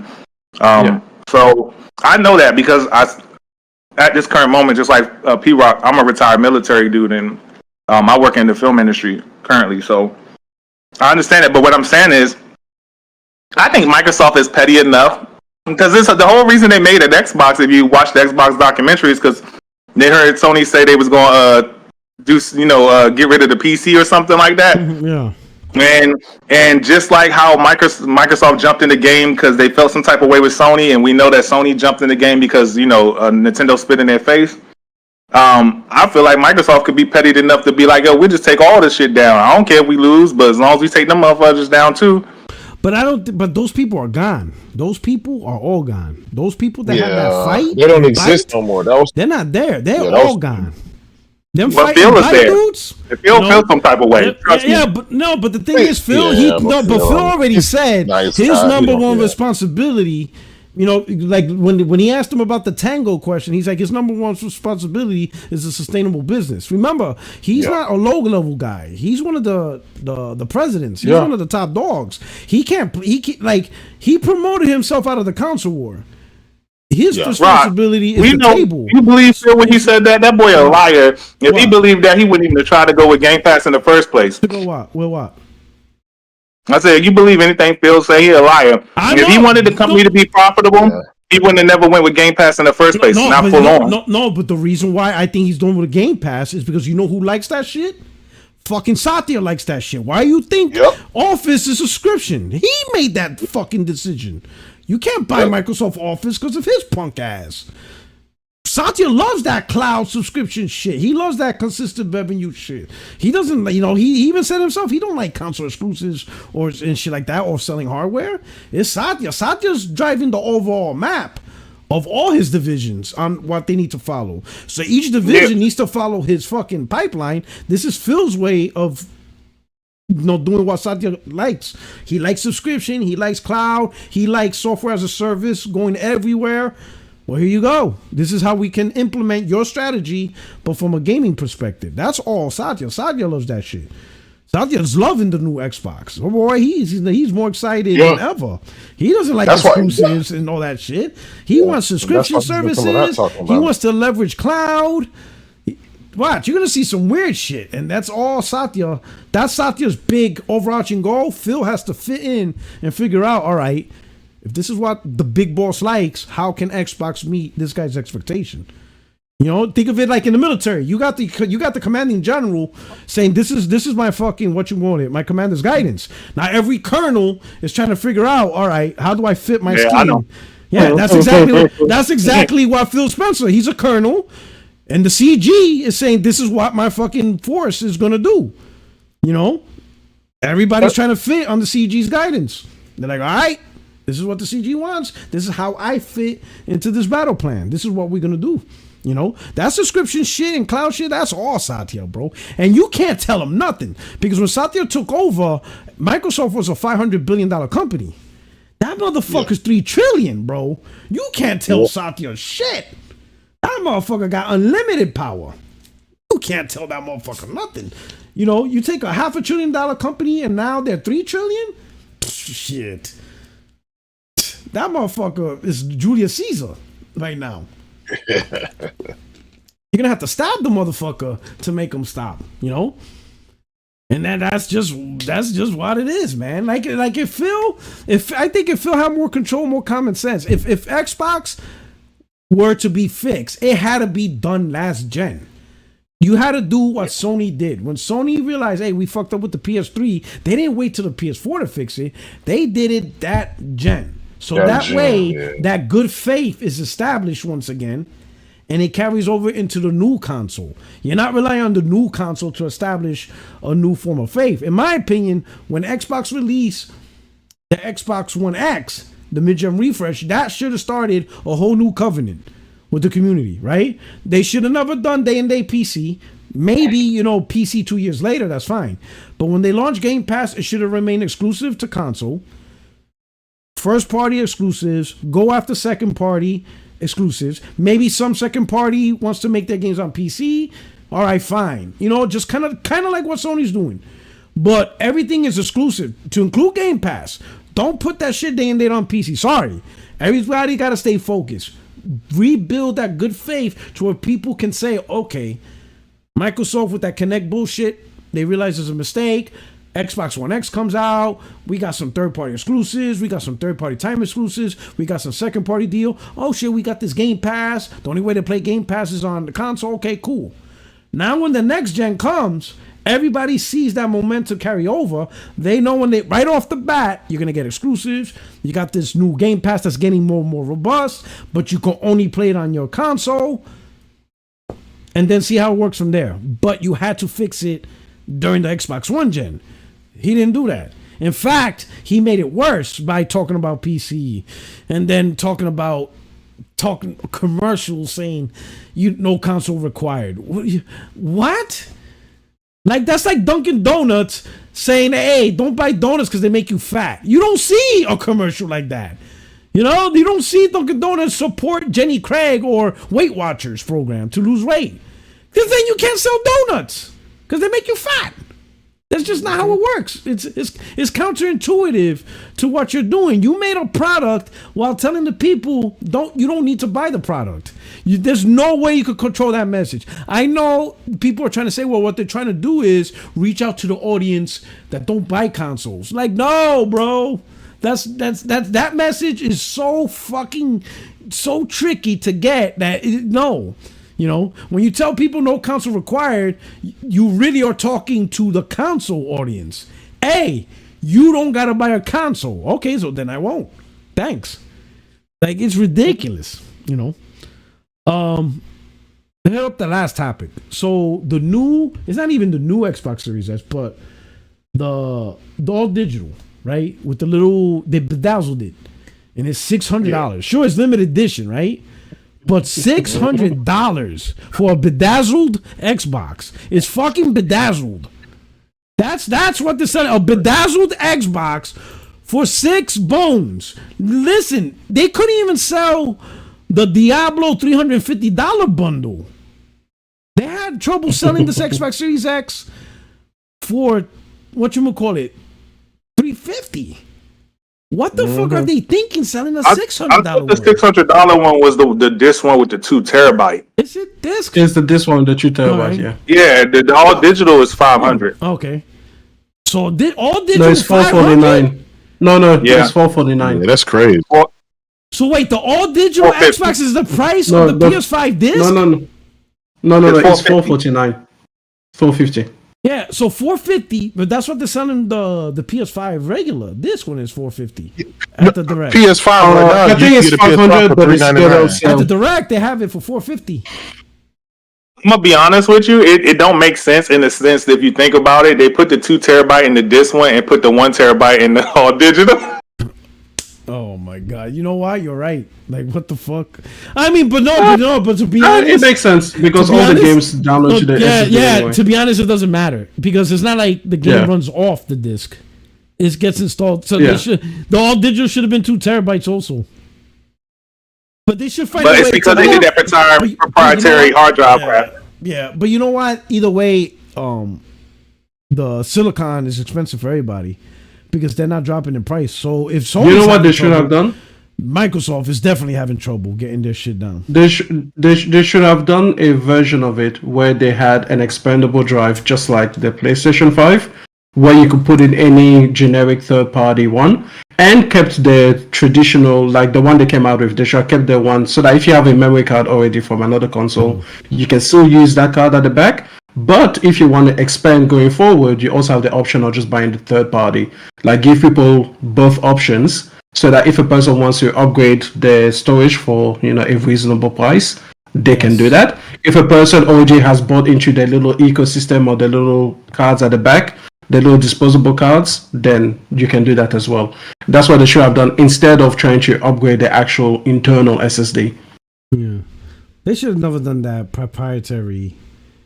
The proprietary was never a good move. Like I understand the convenience and the ease of it, but for me the thing was always like once you are done with the console, that thing is stuck. It's a disposable SD card, just like the what do we have? Like the memory card on PS2. That's what it reminded me of. You can't use it again. Exactly, you can use it again. Whereas the hard drive the SSD in the PlayStation 5, to the next system. You can take it to PC, you can take it over to your next system, you can take it anywhere because you can put it in your laptop because it's just a generic, format that exactly. So it's that's what I should have done. I know Sony won't do this, but if they wanted to be a complete prick about it, they come out with the PlayStation 5 Pro at $500. I know you don't like that pill, right? I'm not just hear me out. Come out with it with a $500. And then drop the PlayStation 4. I mean, the 5 price to like $300 would be hilarious. So, one reason they won't do that. They won't do that because they. I'm not saying it would do. I'm just saying it would have been fun. Xbox is not. It's no longer competition anymore. Like the competition can't even sell consoles, right? Not even at $139 and $349. We saw that from the holiday season. They can't get rid of these goddamn things. So Sony is going to fucking ride that $500 train and that $399 train. Because right now, obviously it's a sale, but you can get a PS5 digital for $399, just like you could get one at lunch for $399. But they're just going to ride that $400 and $500, and that Pro is going to come out to be probably $600, $800, and $800. Here's my only concern about the 500, right? Because Sony is not going to sell the Pro at a loss. It's not. No, not at all. Not at all. So if it's $500, they're making profit off it. But here's the thing: how much technology can you put into a $500 console and make profit? And it's I don't know. Like, how much technology can you put in? I believe in Sony, so you know what I'm saying? He made a PlayStation 5 right now that's not as strong as the Xbox Series X, and it's still keeping up. So yeah, but here's the thing: that PlayStation 5 was sold at a loss. That's what I'm trying to. That's the thing. It wasn't sold for profit. They built it. The build cost more than what we pay for. That's what I'm trying to say. Exactly, but they made profit. They got back to profitability within like the year and a half. Yeah. I know, but listen to what I'm saying. The day the PlayStation sold it, it cost more than $500. It cost more than $500 to build. So now you got a Pro that's $500 being sold for profit. That means they're building it for maybe $350, $400, maybe $450. Let's see what kind of technology you're gonna get for $450. And it's a Pro at this point in time. I don't think you're going to get much jump out of 450. Especially now when they're saying, Sony's saying this, the cost for silicon right? The bill of materials is still pretty high. It hasn't dropped low enough. That's why they haven't done deep price cut. So I think on the Sony Direct, you could get a disc PS5 for $450 and a digital for $400. So let's say it costs $350 now. Let's say to build something, $350. Let's say, right? So $100 more is a Pro. Like how much technology improvements and advancements you can get for an extra $100? I don't think you'll get shit for that. I don't know. We have to wait and see. Yeah, you know what I'm saying. So that's why. So if they be like, "Hey, new PlayStation 5 Pro for $500," I'm gonna be like, "All right." I'm not buying it. I'm straight. I'm not buying it. I'm gonna be like, I'm gonna wait for these NX. What is it? NXT and Digital NX Foundry Gamer. videos. NX Gamer and Digital Foundry videos. Because I don't know, Chief. Like I don't know if they put enough technology to really make. I don't know if the juice was the squeeze. Just to simply, if the thing costs $600, right? My prediction, I think this is what I'm thinking: $650 for the $600 for the digital, $650 for the disc version. I think there's only going to be one though. They're just going to tell you to go and buy the disc if you want to. I mean, because they've already made the disc external. There's only going to be one. It's going to be the same disc drive, yeah. But same disc drive. So I think there's only going to be one SKU. Yeah. They're only going to give you the digital one, and then you can make it physical. Yeah, I think 650 or 700, and then they say, okay, if you want to make it physical, go ahead and buy the $80 disc. And for people who just bought the recent PlayStation 5, they can just unclip it from the PlayStation 5 and put it on the next one. I heard that once you connect it, it syncs with that PlayStation. Well, they need to give a way to unhook it and recouple it. Yeah. They like it syncs or some shit, but I don't know. I'll be if the PlayStation Pro is $500, I'll be like, I'm gonna keep my eye on that. We'll see what you did, But I'm expecting $600 for if there's any level of a decent upgrade over the PS5, because the PS5 is a great console. You know what I'm saying? It's a pretty good bang for your buck on what it's doing, right? Yeah. For the price that it is. Yeah, I think the PS5 Pro is going to be the same thing. Yeah. You know what I'm saying? But that Pro is 36 T-flops. That's it, bro. T-flops. You know what I'm saying? It's no longer 9 it's not 9.2, dog. It's not 9.2. We got 36. But you gotta pay. You gotta pay for them flops. Yeah. Hey, you can say what you want, but that motherfucker on paper is 3 times more powerful than the Series X. And we saw how the PS5 stumped out the Series X. With 9 T-flops. So I'm just saying. saying. Sony's like, listen, they're like, J-Dub, we giving you 36 T-flops, but you're gonna have to pay. Yeah. So I don't know. If that shit really is 36 T-flops, I'm gonna laugh. I'm gonna be like, oh, here we go. Motherfuckers gonna, ponies is gonna be rolling out on these streets with them T-flops. You already know. Oh, shit. All right. Okay, man. But we hit up all the topics, right? I think that's it. But let me hit up the super chat again. True Witty, Phil's message on IGN is, wow, flip-flopping to PS5. Yo, I'm telling you, True, that shit is just weird. Like, why would you bring that up on your Xbox day? That's just weird. True Witty, what's with the fake reactions to what Phil says? I agree, bro. Same thing with the fake applause. Like, that audience ain't trying to hear that shit. And then Sean K, the king, he says, keep doing your thing. I'm definitely getting that Pro. Grand opening, grand closing. Facts. Now listen, man, fingers crossed that Sony learned their lessons from the original PS4 Pro and realized, you know what? It can't just be a resolution bump. We got to worry about, fidelity, graphics fidelity, performance. We got to give it the complete. Yeah. Yeah, you know what I'm saying? Complete mid-gen refresh treatment across the whole shebang of graphics and performance. It's got to be a true... It's going to feel brand new, man. It's going to feel brand new. Because when I moved to the PlayStation 4 Pro, it felt like, this is nice. Like... And you got it for free. And I got it for free. So I was just like, Jesus Christ.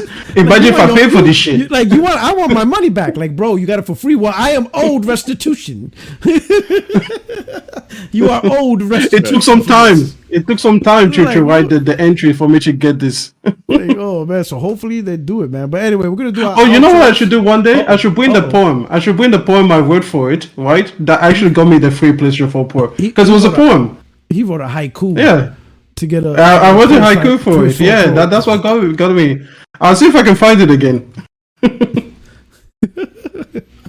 My man wrote a haiku. He's like flowing rivers down the valley.